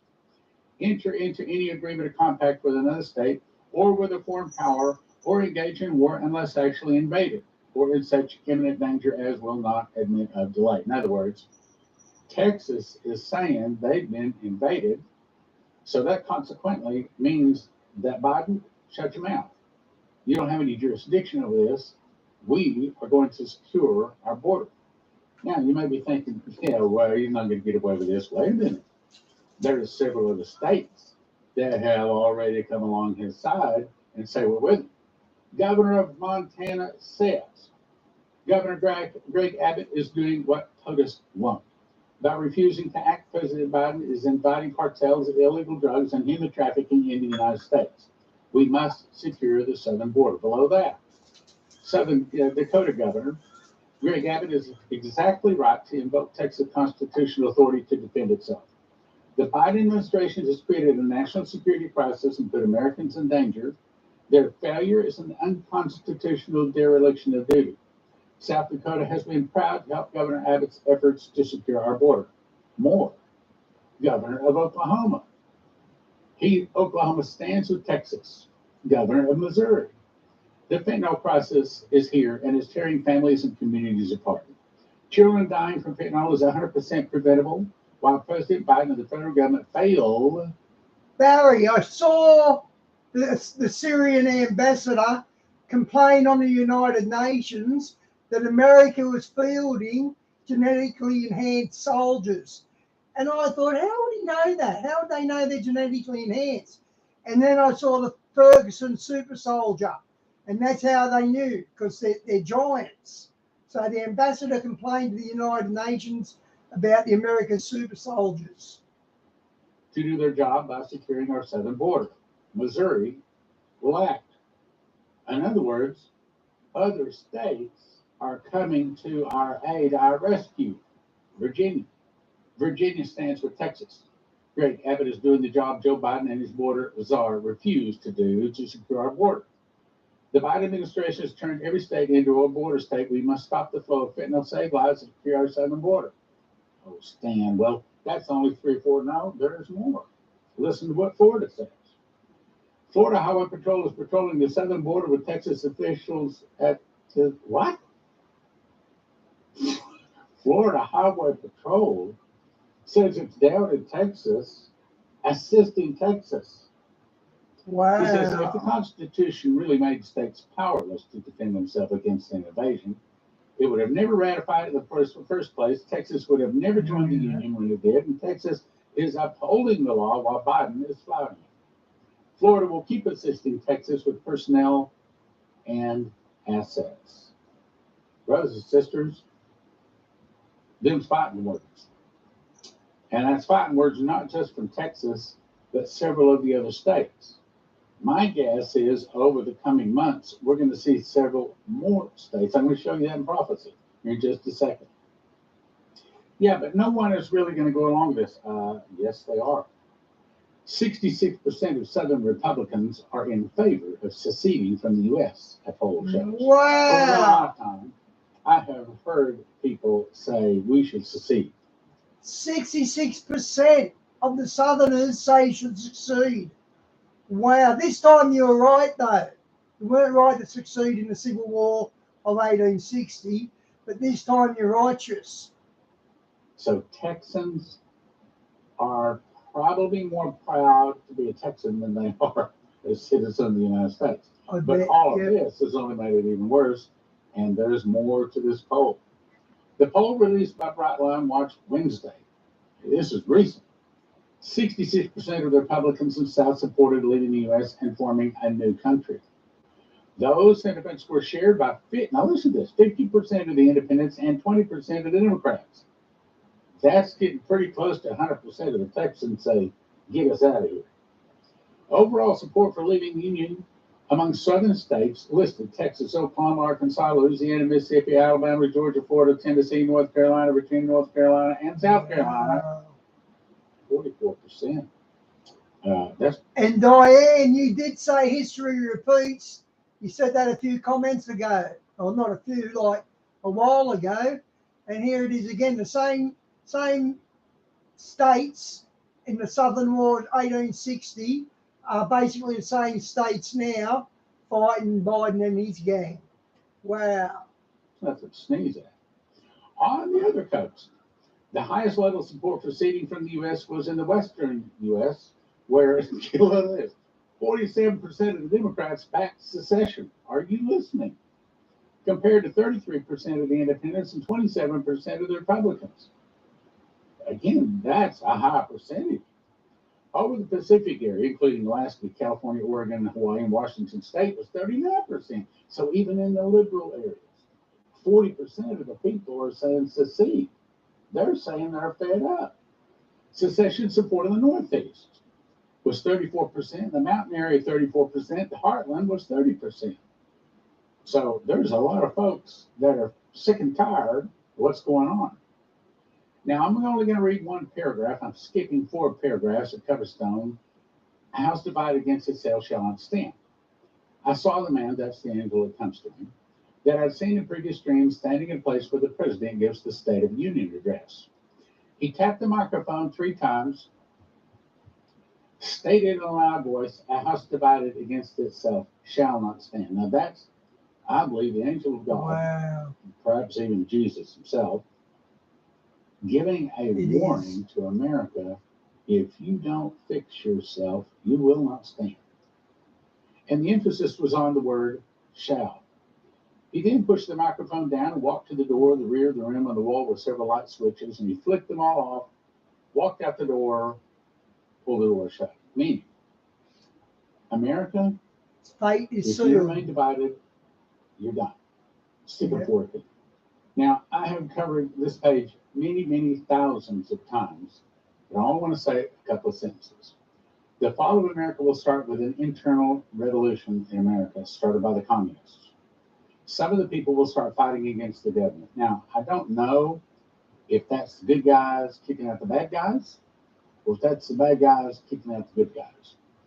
I don't know if it's going to start 2024, but Dmitry was given this warning August 3rd of 1984.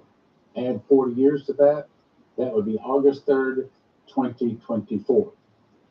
40 is a number of judgment. I mean, 40 days, 40 nights, and a bunch of 40s in the Bible. Yeah. So it may very well be that August 3rd. Diane, isn't there something like 6,000 truckers going to Texas? I think there's 6,000 truckers going. And I wonder if Biden will do to them what Trudeau tried to do, or not tried to, what he did to the Canadian truckers. 2024 is when the internal revolution starts. I don't want to think that, but I'm certainly watching to see if that happens. The point I'm trying to make today is internal revolution is the fall of America. That's the start of it. Now, let me show you what Chris Reed said. I'm not going to read all this, read this a bunch of times too. But I do want to say the first part is talking about the dollar dropping, food shortages, civil unrest, Israeli two-state solution, earthquake hits America, and then more states secede from the nation in rebellion to the federal government. So wow. So this is an actual prediction. I know what the prophecies say about America splitting, Texas and other states seceding. The prophecies say it's going to happen. We're about to become a more divided nation. Now, let's specifically get into the prophecies about secession. Kerry Bennett said, I saw in the government area, we will go through a dramatic change in our government, and there will be a time of anarchy and chaos. I think we're only in the early phases of that now. Yeah, for a while, we'll have a fractional government That's a nation divided, which means basically our government come down to the state level because of the military stepping in and having to seize control of the federal government. That's an internal revolution. You'd call it a coup, but in all honesty, to help our nation, that's where our military will step in, and there's more. These are some pathetic headlines from Terry Bennett. There will be a governmental takeover from within. That's an internal revolution. Chaos, anarchy, and lawlessness will ensue. Some states will stand together against invasion. Boom. That's exactly what Texas is doing even as we speak. The fix is in. I like this one. Now let me explain this one. I don't normally consider too much about what a computer says, but this guy's got a lot of people listening to him. He's drawn up a computer program that predicts the future. Now, this is not God. We know that. We know it's just a computer. But I think it's very interesting, some things it says that kind of lines up with prophecy. So I'll read it. George Soros' son has come out and said that Trump would not go away unless he is in prison. We don't think he's going to go away either unless he's in prison. I'm not at liberty to say at this time, but the fix is in, and Trump will be in prison in the Washington, D.C. case. At least that's the plan. All right, hang on. Let's talk about that a second. So Trump is put in prison. And if he really did sign that executive order, handing all of the power over to the military before he left the office, the Oval Office, if he really did do that, then probably at that point, the military is going to step in. Now, it's just a guess. It was a very good guess. Now, watch what else the computer says. Soros has flooded the case in Colorado to kick Trump off the ballot. This is a war for the very soul of the United States. I've had to look at these forecasts projected by the computer. It is certainly not going to skip part of it. We must crash and burn as a nation. Only then will the blind finally see, and those who have understood these forecasts will get to perhaps spreading the word. They have done everything they possibly can to stop Trump, for they know he will do his best to prevent their agenda. Yet, unfortunately, the computer has warned that either side, now this is important, either side will not accept the 2024 election. I'm going to read that again. I think that's astounding. The computers have warned that either side, or I would say neither side, will accept the 2024 election. In other words, the Dems get in, Republicans won't accept that. Republican gets in, the Dems won't accept that. What is that? That's a nation divided. That's an internal revolution. Yep. So I think it is safe to say that the internal revolution spoken to Dmitry 40 years ago will happen in 2024. Now, I can't say thus save the Lord. That's my guess. You got a guess, I got a guess. That's my guess. The Attorney General has now come out pushing for a speedy trial in the D.C. because they think throwing Trump into prison would be the only way to stop him. And I have to say, I agree. My deep concern is that we are approaching the 19th cycle of the 8.6, but I don't understand all that, and I don't want to dig into all of it. The 8.6 from the American Civil War. This only adds to the rising tensions, which will escalate into 2026. These people are so desperate to impose their totalitarian state that they will refuse to back off. Well, it's not a totalitarian state. These people are so desperate to put the Antichrist on the throne, they will stop at nothing. Just like they told Benjamin Fulford, we've been ruling this planet for thousands of years and we will destroy it rather than give it up. In other words, if we can't rule America, we'll destroy it.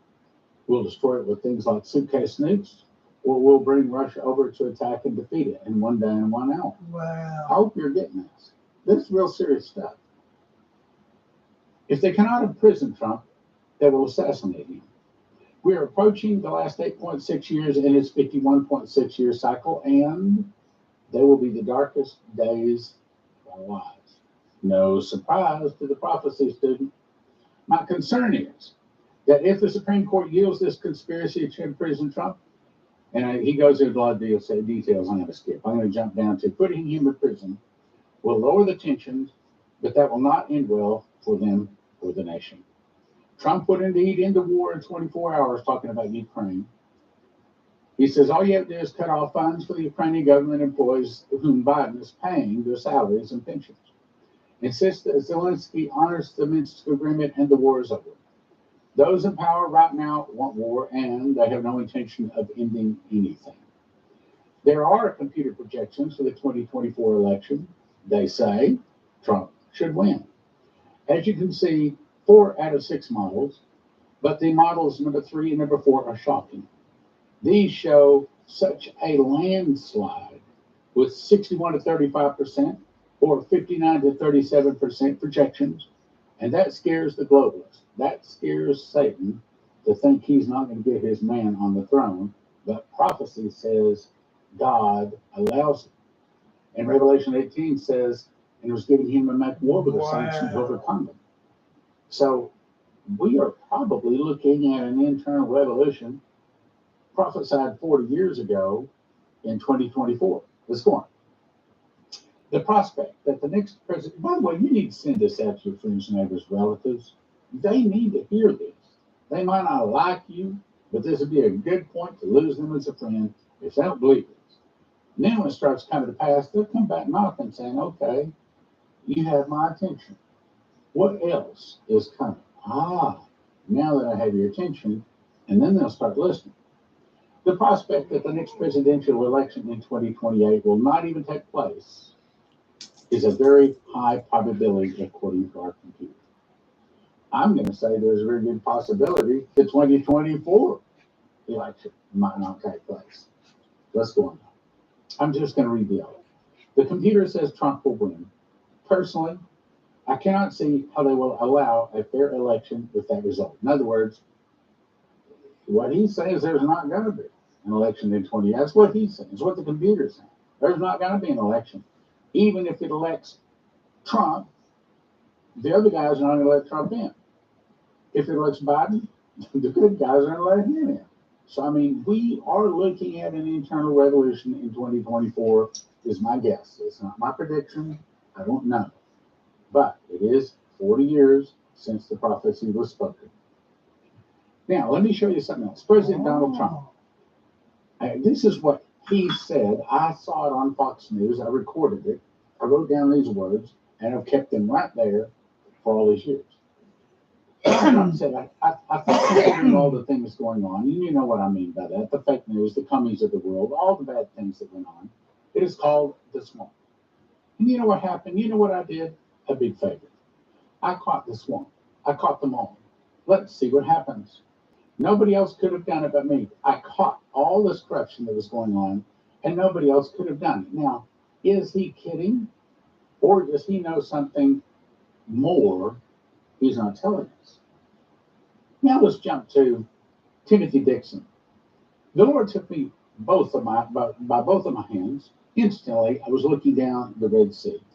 Pharaoh's army was in the middle of the Red Sea, and I saw the seas start closing in on Pharaoh's army. Then the headline of the Washington Post read, "He's back.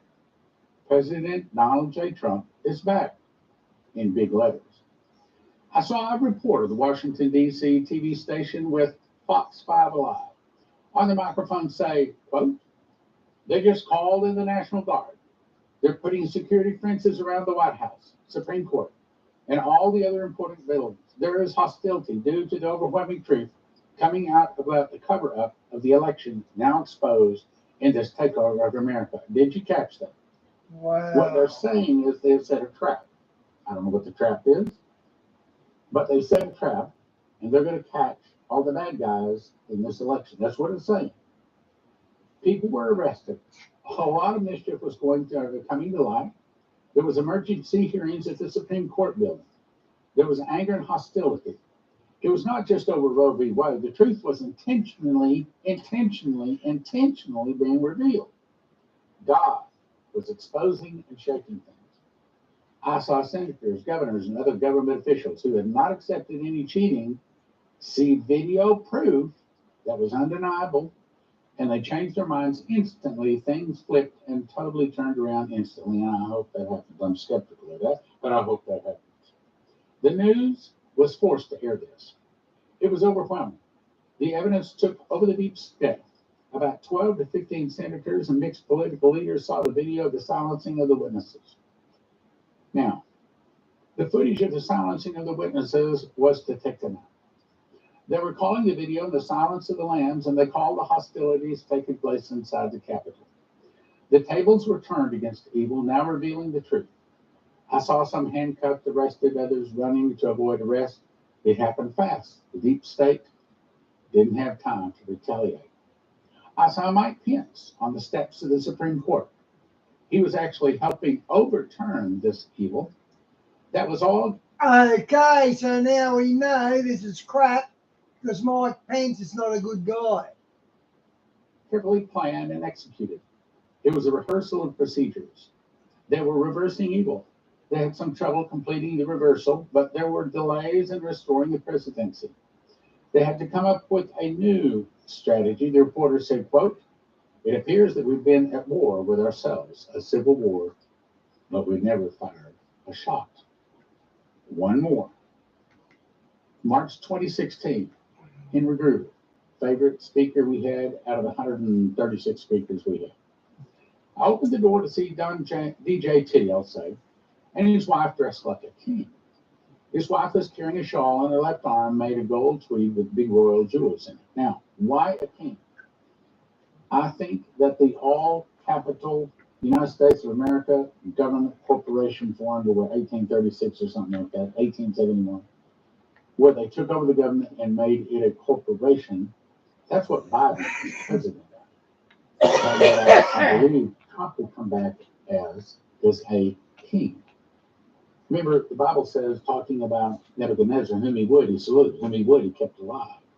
Whom he would, he lifted up, whom he would, he kept down. In other words, in order to fix this, Donald Trump would have to have total control.